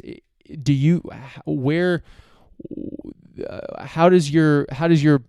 do you think about that, given that you think they've been successful at least partly in how much data they've collected? Is that something they're giving up that's going to hurt them long term? Or you think this? I personally think it's the right move long term, but I'm curious what you think. So two things I would like to mention. The first thing is, I think all the big tech, especially the founders, I'm not talking about Google here because it's not a founder-led company anymore. Right. But Facebook and Amazon especially, these are founder-led companies, and they are going to do everything they can possibly do to protect their, to protect the endurability of their business. They're not focused on the current year cash flow or current year profit. They're much more focused whatever that needs to be done to make sure my business, my empire exists 10 years, 20 years, 50 years down the line. That is their number one goal, right? So if the only way to make sure that business remains intact, the business endures through all sorts of vicissitudes of life and business of economy, and if you can only do that by making sure that everything becomes encrypted, Zuckerberg will do it. I don't know whether that's the future, and he will have much better knowledge about what's going to happen in future 10 years sooner than anyone who's covering Facebook or Amazon, or any of the big tech companies. The second thing I'd like to mention is the big tech company. I don't think most people really understand and appreciate the fact that just how complex the whole big tech space is. The whole what space? Sorry. How complex the big tech space is. Right. I think covering Amazon is a full-time job. Right. It's a full-time job, just Amazon and nothing else. Right. I mean, that's also true for many of the other big tech companies like Google, Facebook, Microsoft. The fact that every single day there's like 20, 30 different articles on major newspapers, and I'm not even counting the Wall Street Research articles, right? So it's just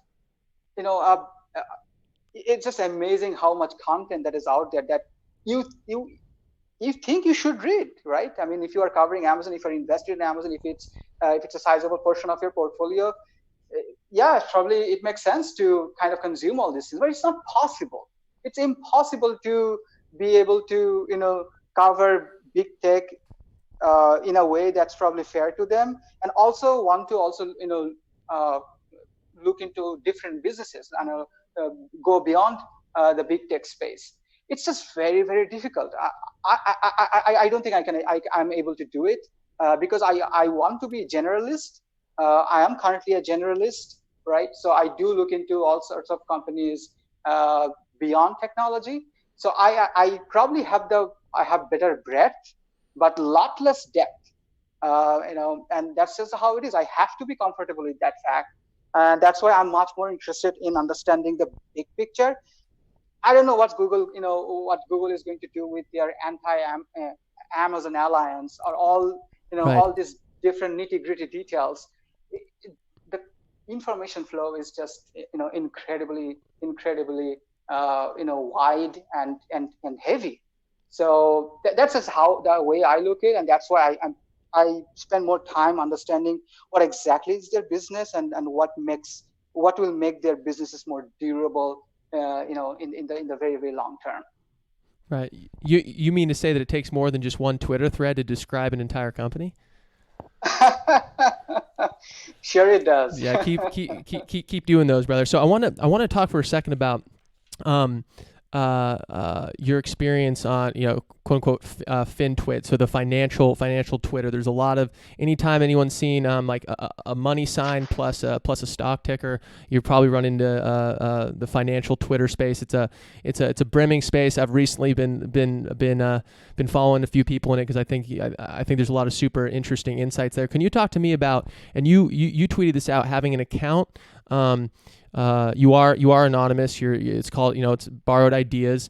It doesn't have your name there. I'm curious, how was it basically penetrating this Twitter market, coming from a place of, you don't have a name brand, or you don't have a company, you don't have a this or that. All you have is your ideas that you're putting out, which, as you say, are mostly borrowed. But how has it been? I'm very curious now how you've navigated that and how it's been.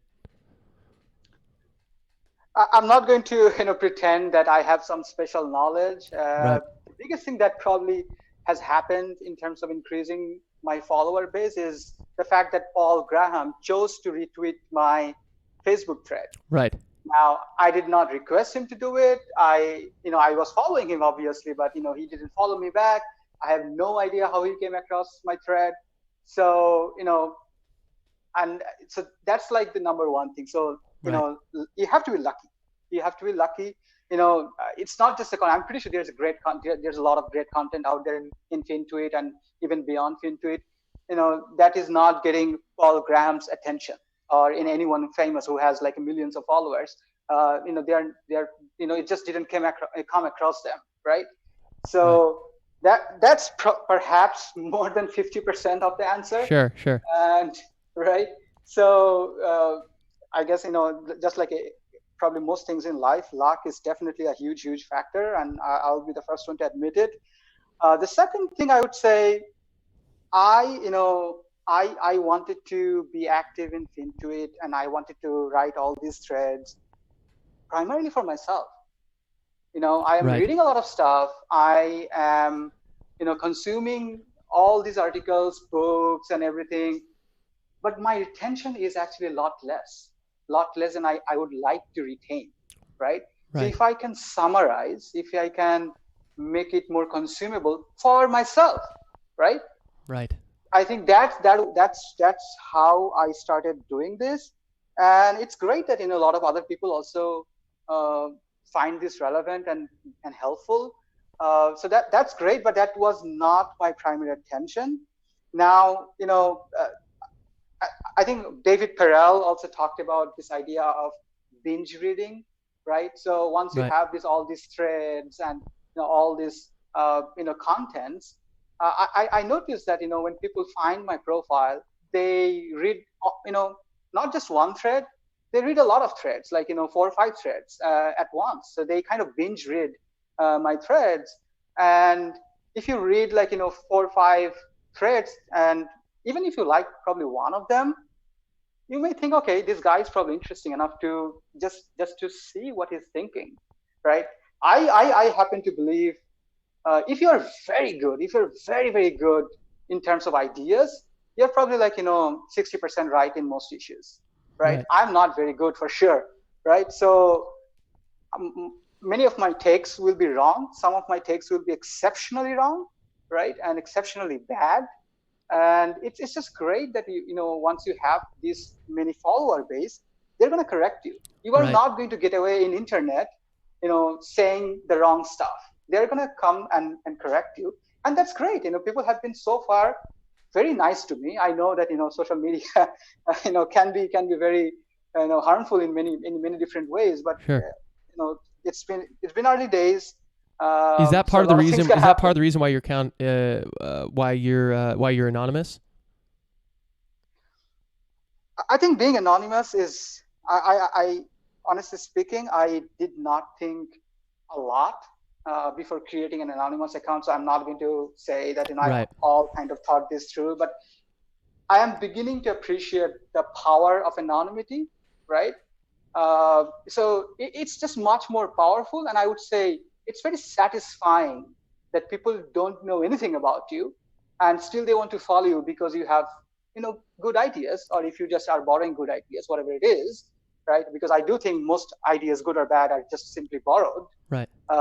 So yeah, I think that's just much more satisfying. There's a lot less biases. There's a lot less, assumption, presumption, whatever you want to say. So, it's just your ideas. It's just what you write. And, if it resonates with people, they seem to follow. And I think that's great. Right. There's something extremely pure about that. How there's not a face to it. There's not a history. There's not a education. There's not anything. It's just your ideas that you're putting out there, and they stand on their own. And so far, they are. And that's a really cool, pure idea as a way to have a dialogue. So, yeah, I really did that. I want to transition a little bit. Given everything that's happening right now with central bank intervention and the economy basically shut down worldwide, or at least a large portion of it, are there any existential worries you have about business going forward, about moral hazard, about these, if you want to call them bailouts for some of these companies? I'm curious where. And I don't want to make you say something. You can give the old shrug and say, who knows? But I'm curious where your head is at with everything that's happening. Yeah, I mean, I felt, honestly speaking, physically uncomfortable when the market was going up. I think in the pretty much the whole month of April. Right. And I have read enough books and articles to know that I don't have the capacity to, to basically predict where the market is going or even the economy is going. Right. And I'm really humble about that. I don't think I was very humble about, making a big market prediction call. Let's say even 3-4 years ago, I would be very prone to do such things. And I think I've read enough books like Super Forecasting, right?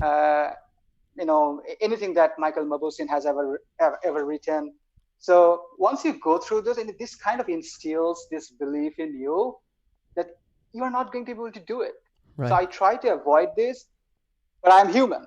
I have emotions, and I can be swayed in one direction or the other, and that can reflect in my portfolio as well. So I was feeling physically uncomfortable because of the news flow that I was reading, and the friends and family I was interacting with, and I was basically realizing how this is impacting not just in America but also different parts of the world, and the market was going up, right? So it created such a dissonance in my mind that I actually increased my cash position from 12% to 18% of my portfolio. You said from 12 to 80? No, 18. Oh, God, 12 to 18. Okay, I was going to say, what the? Okay, got it. Right. If it's 80%, then that's a market prediction call, right? And I have read enough to realize that I'm not, I'm not just, eligible to do such things. Right. So, yeah, I mean, I try. Macro stuffs are, generally speaking, far beyond my pay grade. So I am an equity analyst, and that's how I like to see myself. And basically, I try to focus on companies, businesses. It gives me more, I would say, intellectual kick, but just by learning different businesses and companies, and what makes them successful, or what led them to their failure. That's just who I am. I'm not saying macro stuffs are not interesting enough. It obviously is. Right. But I'm humble enough to realize it's not my forte. Right. Well, so I'm curious, and I had your MTL broker on here last week, and I asked him this same question. That's the Twitter handle, by the way. Not for you. I know you know that, but for everyone else, that's not his actual name. I'm curious, how do you pair your feeling that, not feeling, but your belief that, okay, we can't predict large macro events, we don't know what's going to happen, with your stock picking, and specifically how you pair that with, picking individual companies and studying these companies and having a portfolio made up of specific companies versus just buying the market versus, a broad U.S. equity based index fund. How do you think about that? I think, passive investing or index investing, whatever you want to call it, it is great for the vast majority of investors. Right. Again, when it comes to U.S. equities, things are a bit different in different parts of the world. But for U.S., I think it makes a great sense for a lot of investors. I wrote in Twitter probably a few days ago, that 4% companies basically explain all the gains Right, I saw that. since 1926. Right. It's just an incredible stat that that should humble anyone in active investing. So basically, if you want to make money active investing, you have two options. You have to be able to pick those companies within that 4%, which is daunting. And the second is, you can invest in all those 96% companies, but you have to be able to tell when you want to get out, right? So there's Right. a price point. You are not going to just buy and hold for its entirety, right? You have to be able to take an exit at the right price at the right moment. Both those things are excruciatingly difficult, and a vast majority of active investors will fail. That's just the way it is. Nobody knows. The thing is, the reason I still do it is, you don't know. Like, Warren Buffett didn't know that he was going to be Warren Buffett when he was in his 20s or 30s even, right? Nobody knows. Nobody, Bezos, Zuckerberg's, every successful person in this world. Maybe some people, I don't know, they have probably some sort of epiphany that they are meant to be successful. But I can tell you, super vast majority of successful people had no idea that they are going to be successful, right? So I like to try myself out. There's you have to take a shot. So that's what I'm trying to do. And the thing is, the fact that I love understanding different businesses. So even if I fail, that's the takeaway. I still know about businesses. I learn about different businesses, and I have the intellectual bandwidth to look at different businesses and have an opinion based on all the businesses that I have read, or all the businesses I'm going to read in next 5-10 years or in my lifetime. So it's just an intellectual satisfaction that you get by being an active investor. But obviously, if you're a doctor, I'm just throwing out different professions. If you're whatever your profession is, which is not investing, these are humbling stats. Why would you be able to, if you are not if it's not your full-time job? It's just a much more difficult thing to say to yourself that I'm going to be able to pick these 4% companies, or I'm going to know when to exit at the right time, at the right moment. That's just how it is. But I'm not saying it's not possible.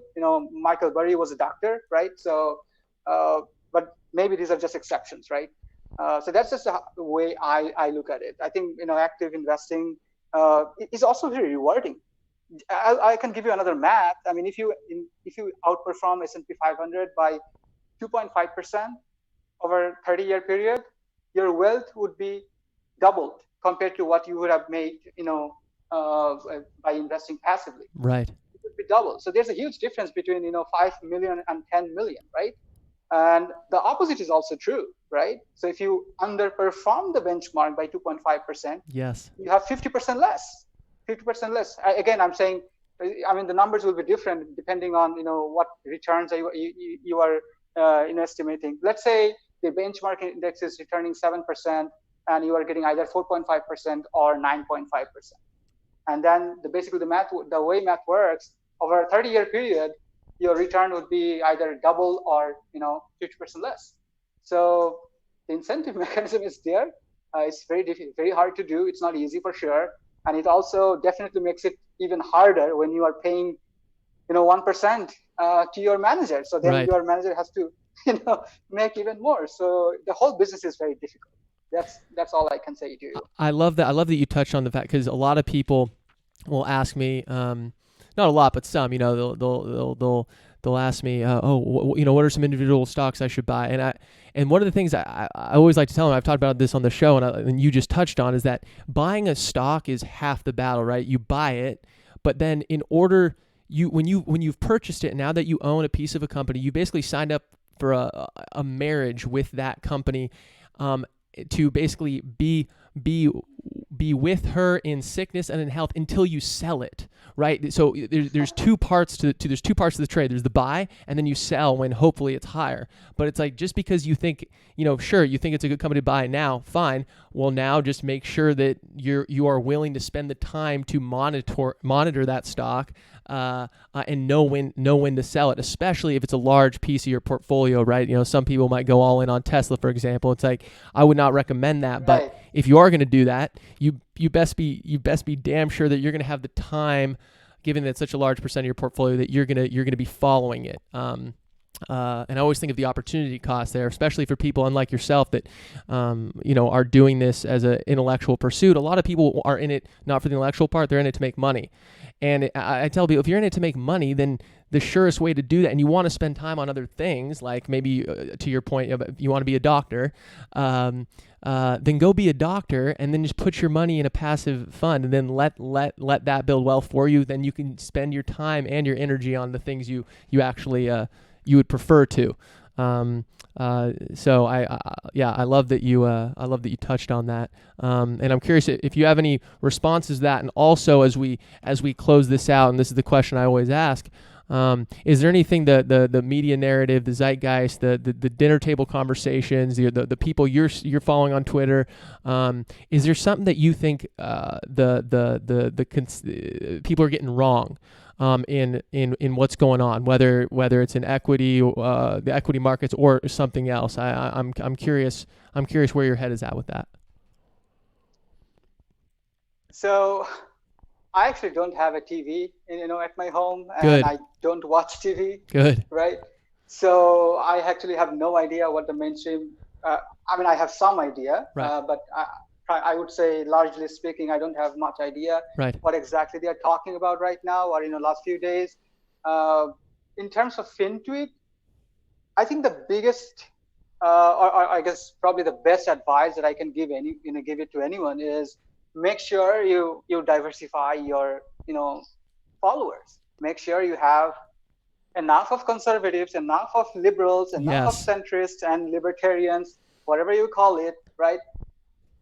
Just make sure you have all the different perspectives. Like when the coronavirus, the COVID-19 hit, in America and in the world, right? I made sure that I am getting all different perspectives. So I went ahead and followed a bunch of people who are on different spectrums. Right. Now, what that did to me was, I quickly realized I actually don't know, about a lot of that's out there, right? And I'm not saying it's wrong, right? But I'm just saying that's just that way it is. Now, in Twitter, you have the option to go to make sure that you have all the different perspectives, and it will quickly humble you that you actually don't know how to respond to many of the arguments from the other side, right? Right. So once you realize that, and then you realize, I actually have no special knowledge. I actually not even special. I don't have knowledge probably to begin with at all on this particular topic. So I just followed very traditional guidelines when it comes to COVID-19, but I did not have a very strong opinion on how severe it's going to be, or about the duration of this pandemic, or whether there's going to be a second wave and all that. Again, like I told you, I want to focus solely on this. I want to focus my bandwidth solely on different businesses. Granted that businesses do suffer because of pandemic, because of what's going to happen or what's happening out there. But I guess you can insulate yourself much more if you just focus on the businesses and not the all the macro stuff. That's probably possible for some people to be able to forecast or to be able to have a very strong informed opinion. I just know I'm not one of them. Right. I love what you said about, and I used to scream about this more, and I need to keep doing it. But the fact that people don't make a point of following or reading things that they actively don't agree with. There's several Twitter accounts that I follow that largely I don't agree with them.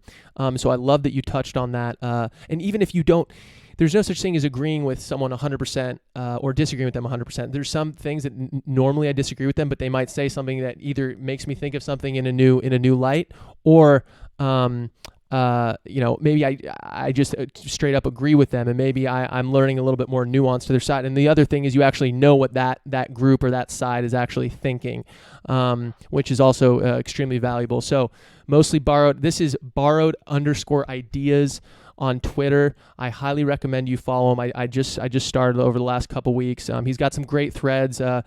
He links to in his Twitter link area.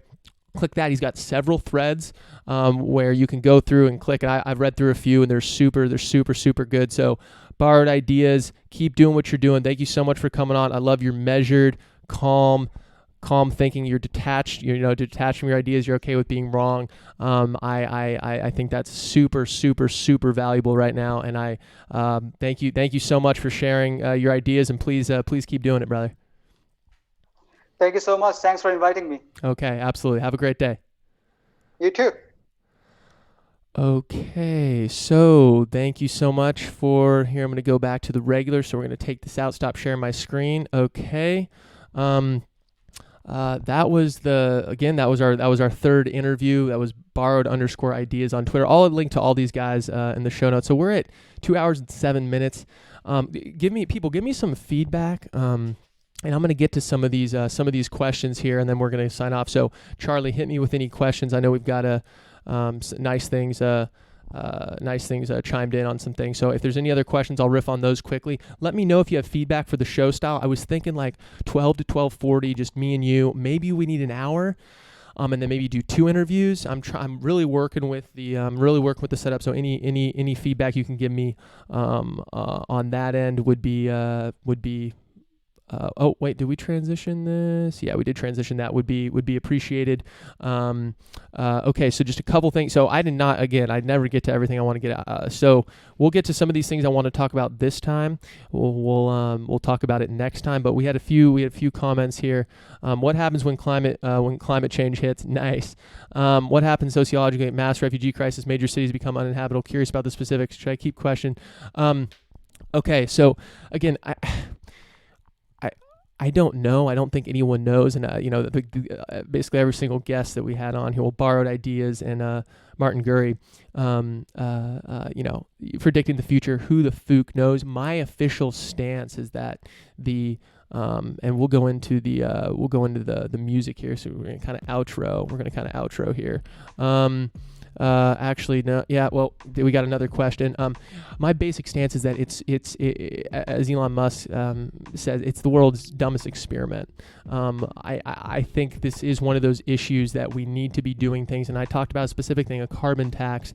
We need to be doing things to mitigate the possible damage of this. And we talked a little bit about some of these positive feedback loop things where once it starts, it heats up. And I know a lot of people on the right will say, listen, this is just fear mongering, yada yada. And I'm actually sympathetic to that. I think I'm sympathetic to that argument generally.